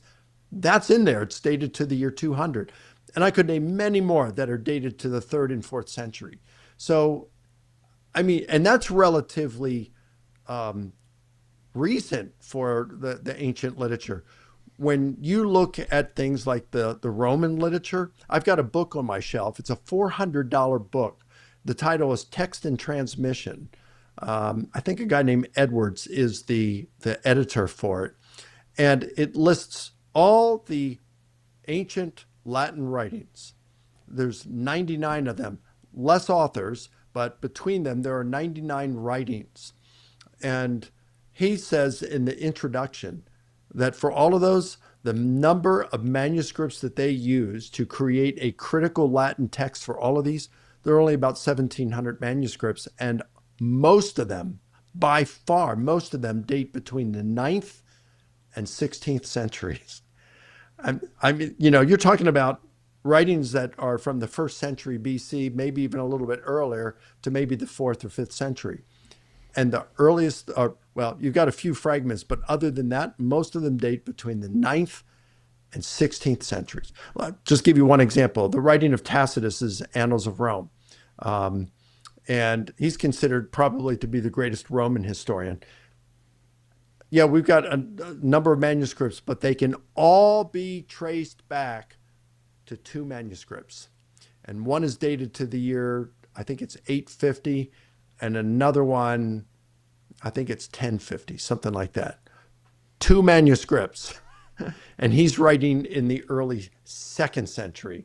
And the earliest manuscript we have is the 7th century. I'm sorry, the 9th century. And that's for our greatest Roman historian. So it's not unusual to have late manuscripts. But like I said, just for the death and resurrection of Jesus, we've got a bunch of them that date to the year 200 and to the 3rd and 4th century and 5th century. And you've got Tanya here saying, what if you coordinate a debate between Dr. Lacona and Korra on the resurrection of Jesus and you moderate? Yeah, that would be funny, but there's no substance there. It would be someone speaking really fast and spouting complete idiotic nonsense. And then, yeah, the only way it works is like just like we were doing here. It's like, it's even, I mean, you have to pause after every half sentence she says to correct all the blunders and so on. So historically, she doesn't know what she's talking about. Methodologically, it's just a disaster. Factually, getting things all wrong, but saying things really fast. And this is, oh man.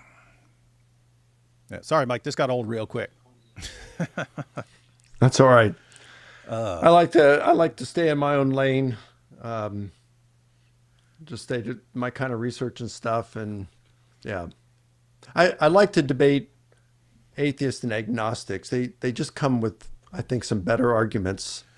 They're not so much concerned about rhetoric as they are substance. And I found over the years, it just seems that Muslims are more concerned about rhetoric than they are substance. Yeah, no question there. But yeah, like even someone like Shabir is going to be light years ahead of her in terms of actually knowing what he's talking about, even if he's wrong and he's trying to get at a similar conclusion. Yeah, you would never see Shabir like just spouting complete nonsense like this over and over again. Or no. Be on a shadow of a doubt. Be on a shadow of a doubt. Oh, boy, this is bad.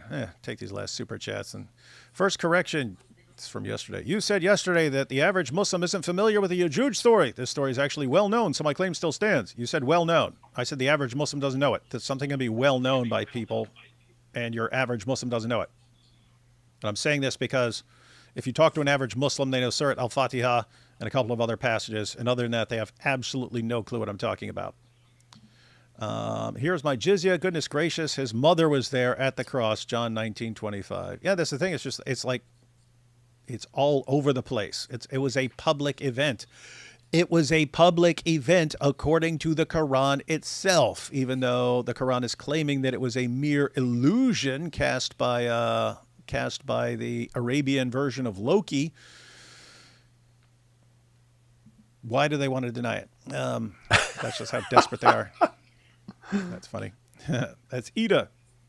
Per Korras ruled that history is naturalistic and oh yeah, I did recall that. She was saying, nope, historians, you can't, there can't be anything supernatural. Oh yeah, it was because of the prophecy. Someone brought up the Isaiah 53 prophecy, and she said, no, that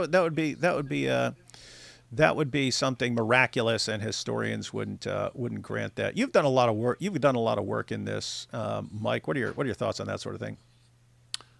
Well, today I would say the majority of practicing historians, philosophers of history, even biblical scholars would say that historians are not within the rights to investigate miracle claims, and because they can only look at natural things, they don't have the tools to detect God.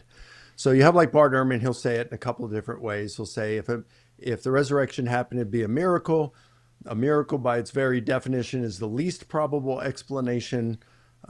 Historians can only look at the most probable, therefore they can never affirm that a miracle hypothesis occurred.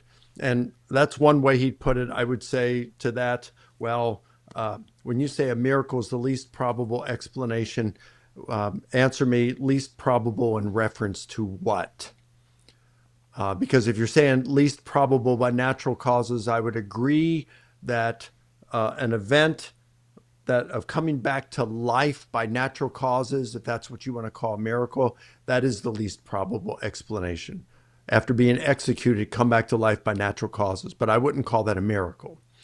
If you're saying a miracle is the least probable explanation, and I'm saying least probable in reference to what? Because if God existed and wants to raise Jesus, then it becomes the most probable explanation. So either way, I think that you haven't thought through enough what you mean by least probable explanation. Now, if you want to take... And all that, Ehrman seemed to be like influenced by Hume, which was just... That's right. I mean, I actually like Hume. I disagree with a lot of things he said, like in his dialogues concerning natural religion, but I mean... I love Hume and his argumentation and writing style, but on that issue it was just a disaster. I mean, he had to for his argument to work, he had to assume a universal human testimony against miracles. In other words, he assumed that no miracle has ever occurred, and then pointed out that if someone comes to you and says something miraculous happened, well, since there is unanimous human experience against miracles, it would be the least probable. You're assuming from the beginning that no one has ever witnessed a miracle in your Right.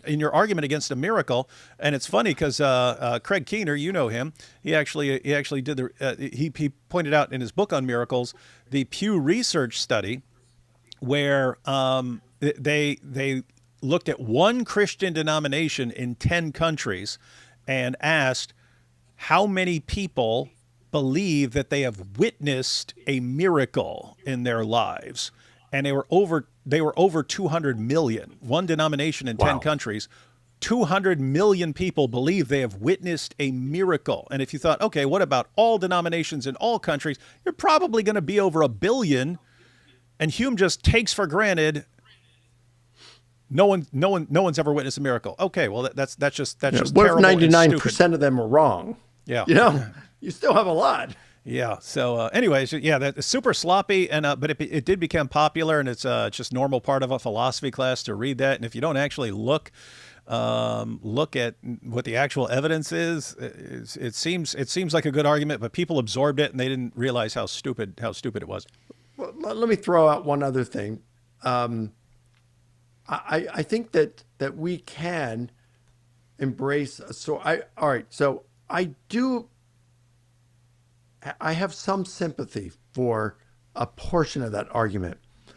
I do think that historians may be outside, or probably outside of their profession, to identify God as the cause of something, because we as historians, we don't have the tools to be able to detect God. I mean, we could affirm something and say, personally, we think God is the cause. That makes sense. But we don't have the tools as historians to affirm it. So let me give an analogy I'm fond of. Let's say that astronomers have identified a comet that's on a collision course with the moon. And through mathematical calculations, they arrive at the conclusion that it's going to crash into the moon on a certain day and time. And when that moment arrives, they've got space telescopes zoomed in on the lunar surface, and boom, they see it happen. And as the lunar dust settles, they notice a message written on the moon's surface. And it says, Jesus is Lord. And it's written in Hebrew and in Greek. Now, a good astronomer, a responsible scientist would say, wow, that's an extraordinary event.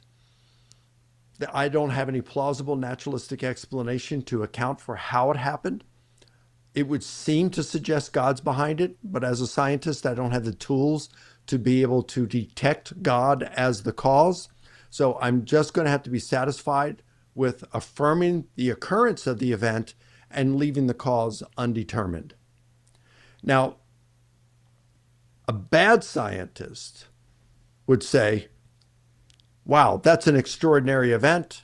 I have no plausible naturalistic explanations for it.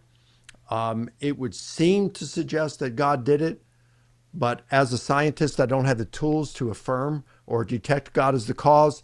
So I can't even say that the event occurred, despite all the evidence I have before me that it did. Now, we'd say that's crazy, but that's exactly what those historians and biblical scholars who are refusing to look at miracle claims historically are doing.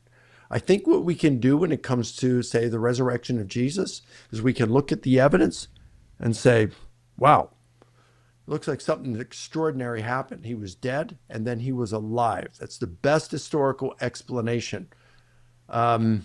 Jesus predicted he would rise from the dead. It looks like he did. They interpreted it as resurrection. Of course, I don't have the tools of a historian to be able to detect God or make theological statements about this, to affirm the theology behind it, but I can affirm that he rose from the dead. I just can't go any further with it. Mm-hmm. I think that's completely legitimate to do something like that. I can still be a methodological naturalism. I'm performing historical method, doing history, and I can affirm the occurrence of the event while leaving the cause of the event undetermined.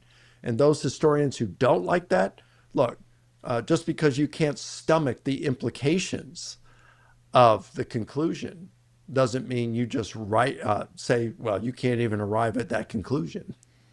Mm-hmm. Now you're weighing in with your worldview, not the evidence. And bad philosophy corrupts good history. Yeah, it does, and that's kind of all over the. You can even see how Hume influenced scientists. There's a Richard Dawkins clip with him and Peter Boghossian, where Boghossian said, what would convince you that that God exists? Like, what could happen? And Dawkins said, I if you'd asked me years ago, I would have said some big booming voice saying, Richard Dawkins, believe in me. But I've since come to realize that if I heard that, I would just assume it's a hallucination, so it wouldn't work. And so he said that, but then they kept rolling with it. And he got to the point where he said, even if God wrote a message in the stars, believe in me, Richard Dawkins, he would still just sooner attribute it to aliens than to God. There's powerful aliens writing things out in the stars. And so he's kind of doing what any naturalistic explanation would be better than a miraculous explanation. But what's weird here is like this right here, now that I look at it a little more, so this comes up when someone points out Isaiah 53. She goes, but historians would reject that because they can't believe in prophecy and so on. Well, historians could say that there was the prophecy, they would all grant that there is. You have the prophecy made and seems to line up pretty well. And then as a Muslim, you should take the prophecy seriously since your God affirms our scriptures and so on. And then you see it happening. But what was interesting right there is she's sitting there ruling, oh, no, historians would reject miraculous accounts. Okay, well, the biblical accounts, Jesus dies by crucifixion. The resurrection's miraculous, but the crucifixion is just a Roman crucifixion.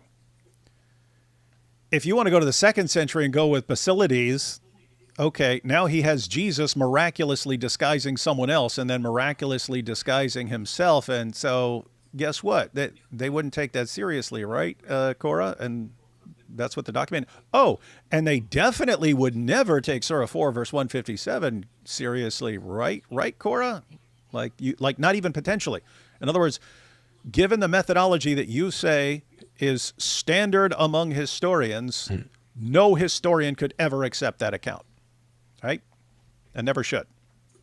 And so I don't know. I don't know what to do, Mike. I don't know what to do. It's just, Dawa's dumb, and it destroys your brain. And it's almost like the Dawa people, that's like, they're just trying to wear you down with stupid nonsense to the point where you just, I'm so sick of this, I'm leaving, so that you walk away and it's too stupid. It's too stupid to deal with. And then they go, you see, everyone's running from our powerful Dawa.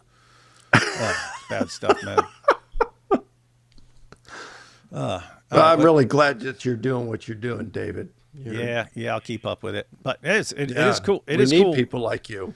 No, it is cool because back in the day, there was only a few people doing it, and now there's a ton. So these are actually good times. I keep telling all the young people they need to be happy because it sucked 20 years ago doing this stuff. Hey, Dawood, you should react to Destroyer of Sunnis, Malik, and the 7 Qurans. Oh, that's interesting. I will screenshot this because that sounds interesting. Yeah, Mike, Malik that's the guy who doxed a bunch of us earlier this year, and Korra is his protege, so she's super, super good person. Is Lacona being a Bayesian right now? Come on, no. Dan. Come on, Dan. I'm not a Bayesian. We're all a little Bayesian. Yeah, I think, it's like Bayes' theorem has pretty much 3 elements to it. And I think that historical investigation can count 2 of them. The problem is you or involve 2 of them. The problem is 1/3 of Bayesian, assessment is the prior probability. How do you assess the prior probability of something like Jesus's resurrection? I was talking to Greg Cavan. We were debating about this years ago. He's a philosopher, and he wanted to use Bayes' theorem to be able to reject the resurrection. And I said, well, 1/3 of that calculation is the prior probability.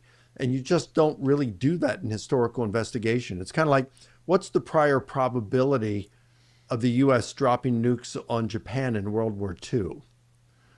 Now we got the posterior probability. We can look at the evidence and say, well, the probability is 1. It's 100% that we did it. We got good evidence. What's the prior probability? All right. That's like when you look at based on the background knowledge, what's the prior probability that you're going to win the lottery big? Well, it's about 1 in half a billion, right? Somewhere around that.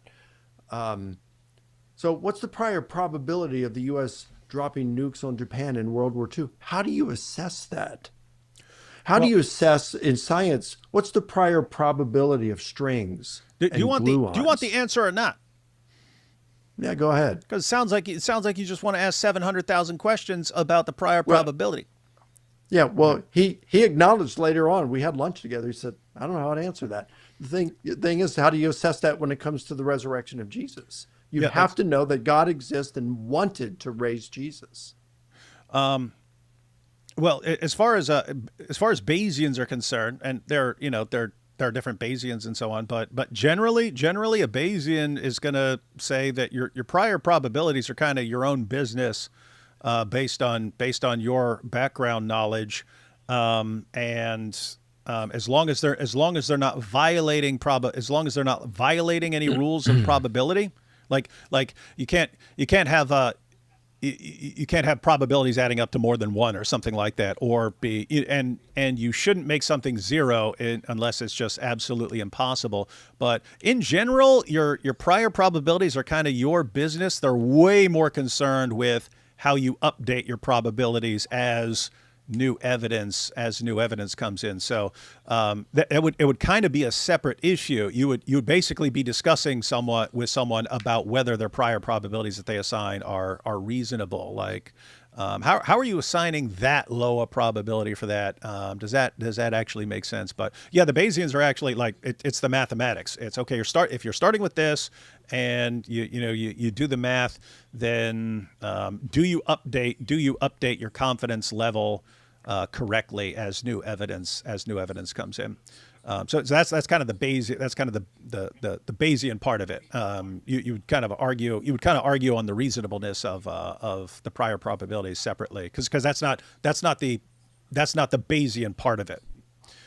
But ultimately, then if you're leaving up the prior to the individual, then it's subjective. That was a problem that your prior probability can be subjective. The updating of it, that's mathematics. So if you just assign some prior probability to something happening and says 0.0000000, and you just said it's a million zeros and then a one, as long as you were to update it. Keep in mind, that's not the Bayesian part of it. That's you assigning a really low prior probability to something. The Bayesian part of it would be, okay, now that you have that, what does the math show about how some bit of evidence would affect your confidence in that?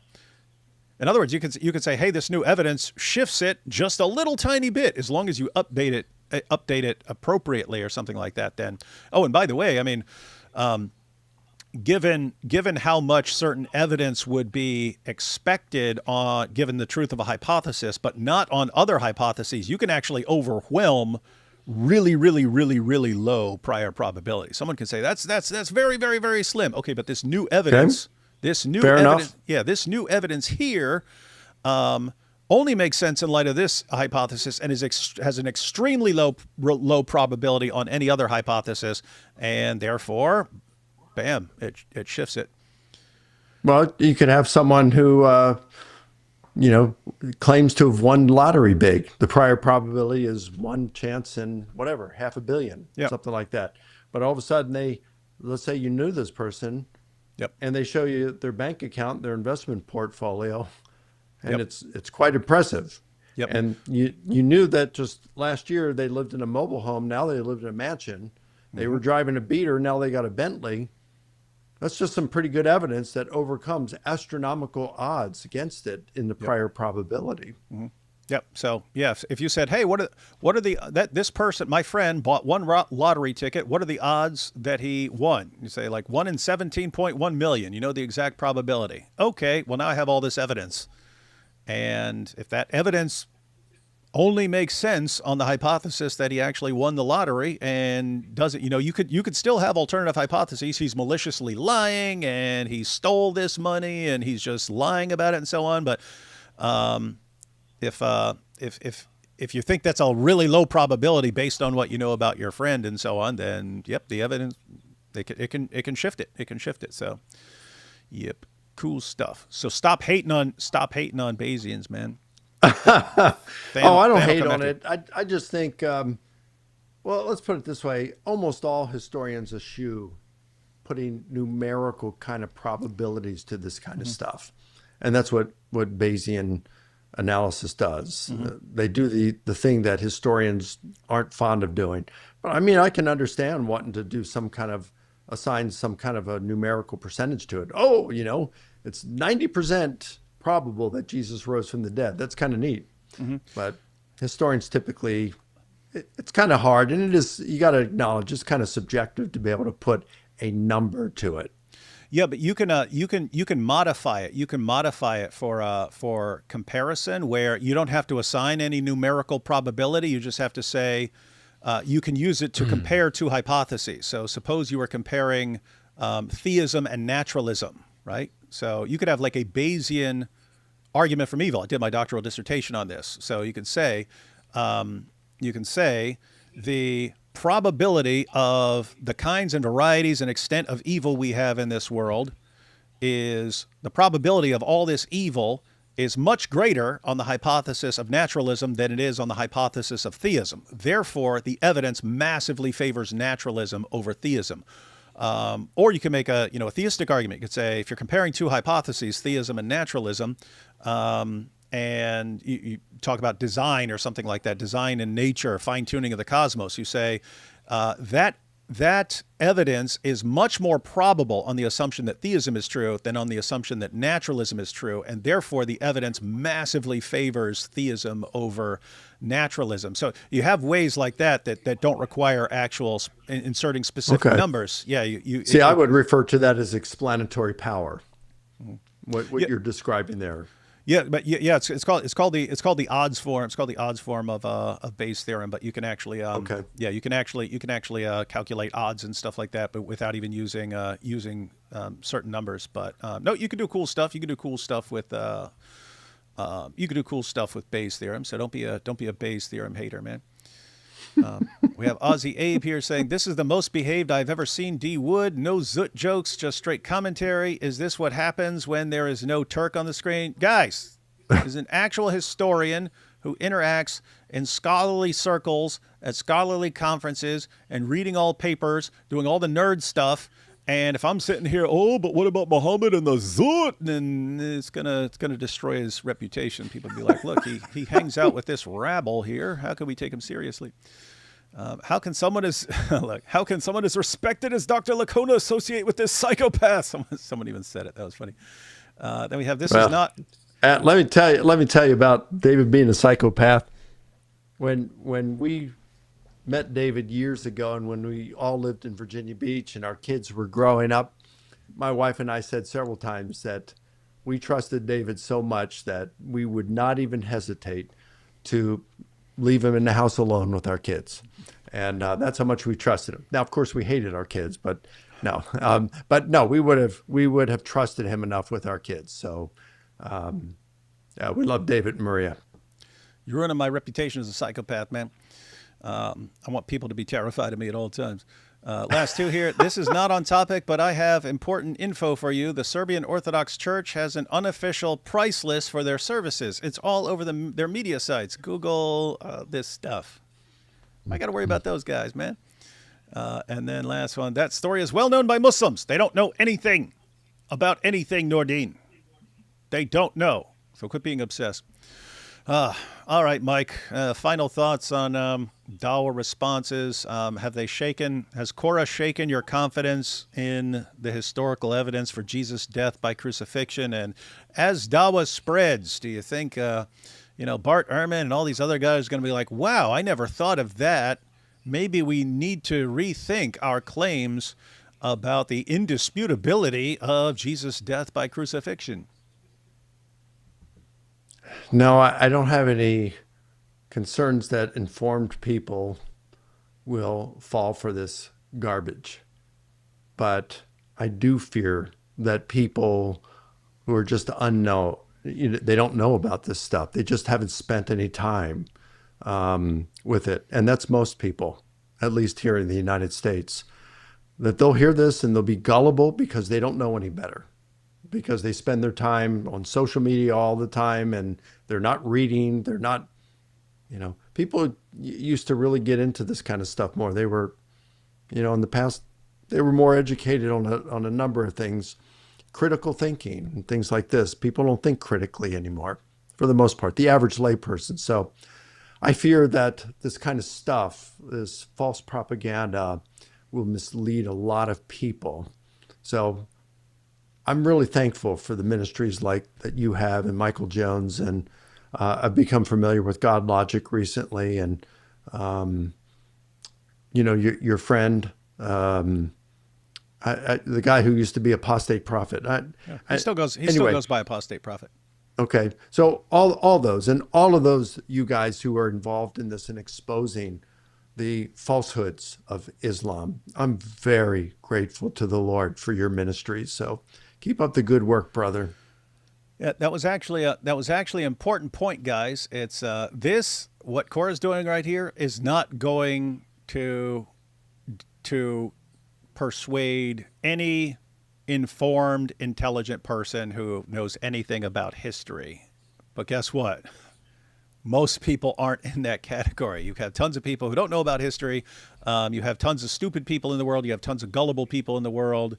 And so those are the people that Dawa targets. And so Mike's pointing out, guess what? That means we need people going around and dealing with that and informing people to keep them from falling for this stuff. And so guys, got to learn to respond to this stuff and keep doing it. Got the last two right here. David Wood is the kind of guy who would give Mike Winger a hug. Yeah, a bear hug until he passes out and I throw him off a bridge. And then what's the prior probability of D Wood being on time? You can actually calculate a prior probability in this. Like if you're going to judge. That's true. You could. Yeah. If you're going to judge whether I'm going to be on time tomorrow, then you could go back through a bunch of my live streams, calculate how many times I'm on time. There have been a few, but rare, and you come up with an actual probability. So yeah, it works. All right, everyone. Thanks, Mike, for joining us. Yeah, guys. Sometimes we go all the way through them. Sometimes it's just too. It's going to take 6 hours if you can't go one sentence without stopping because she said something false or dumb. But yeah, maybe better luck next time. But this is Dawa, guys. This is Dawa. All right, I'll be live with Hatun at 8 o'clock. So 37 minutes. Catch you all over on Hatun's channel.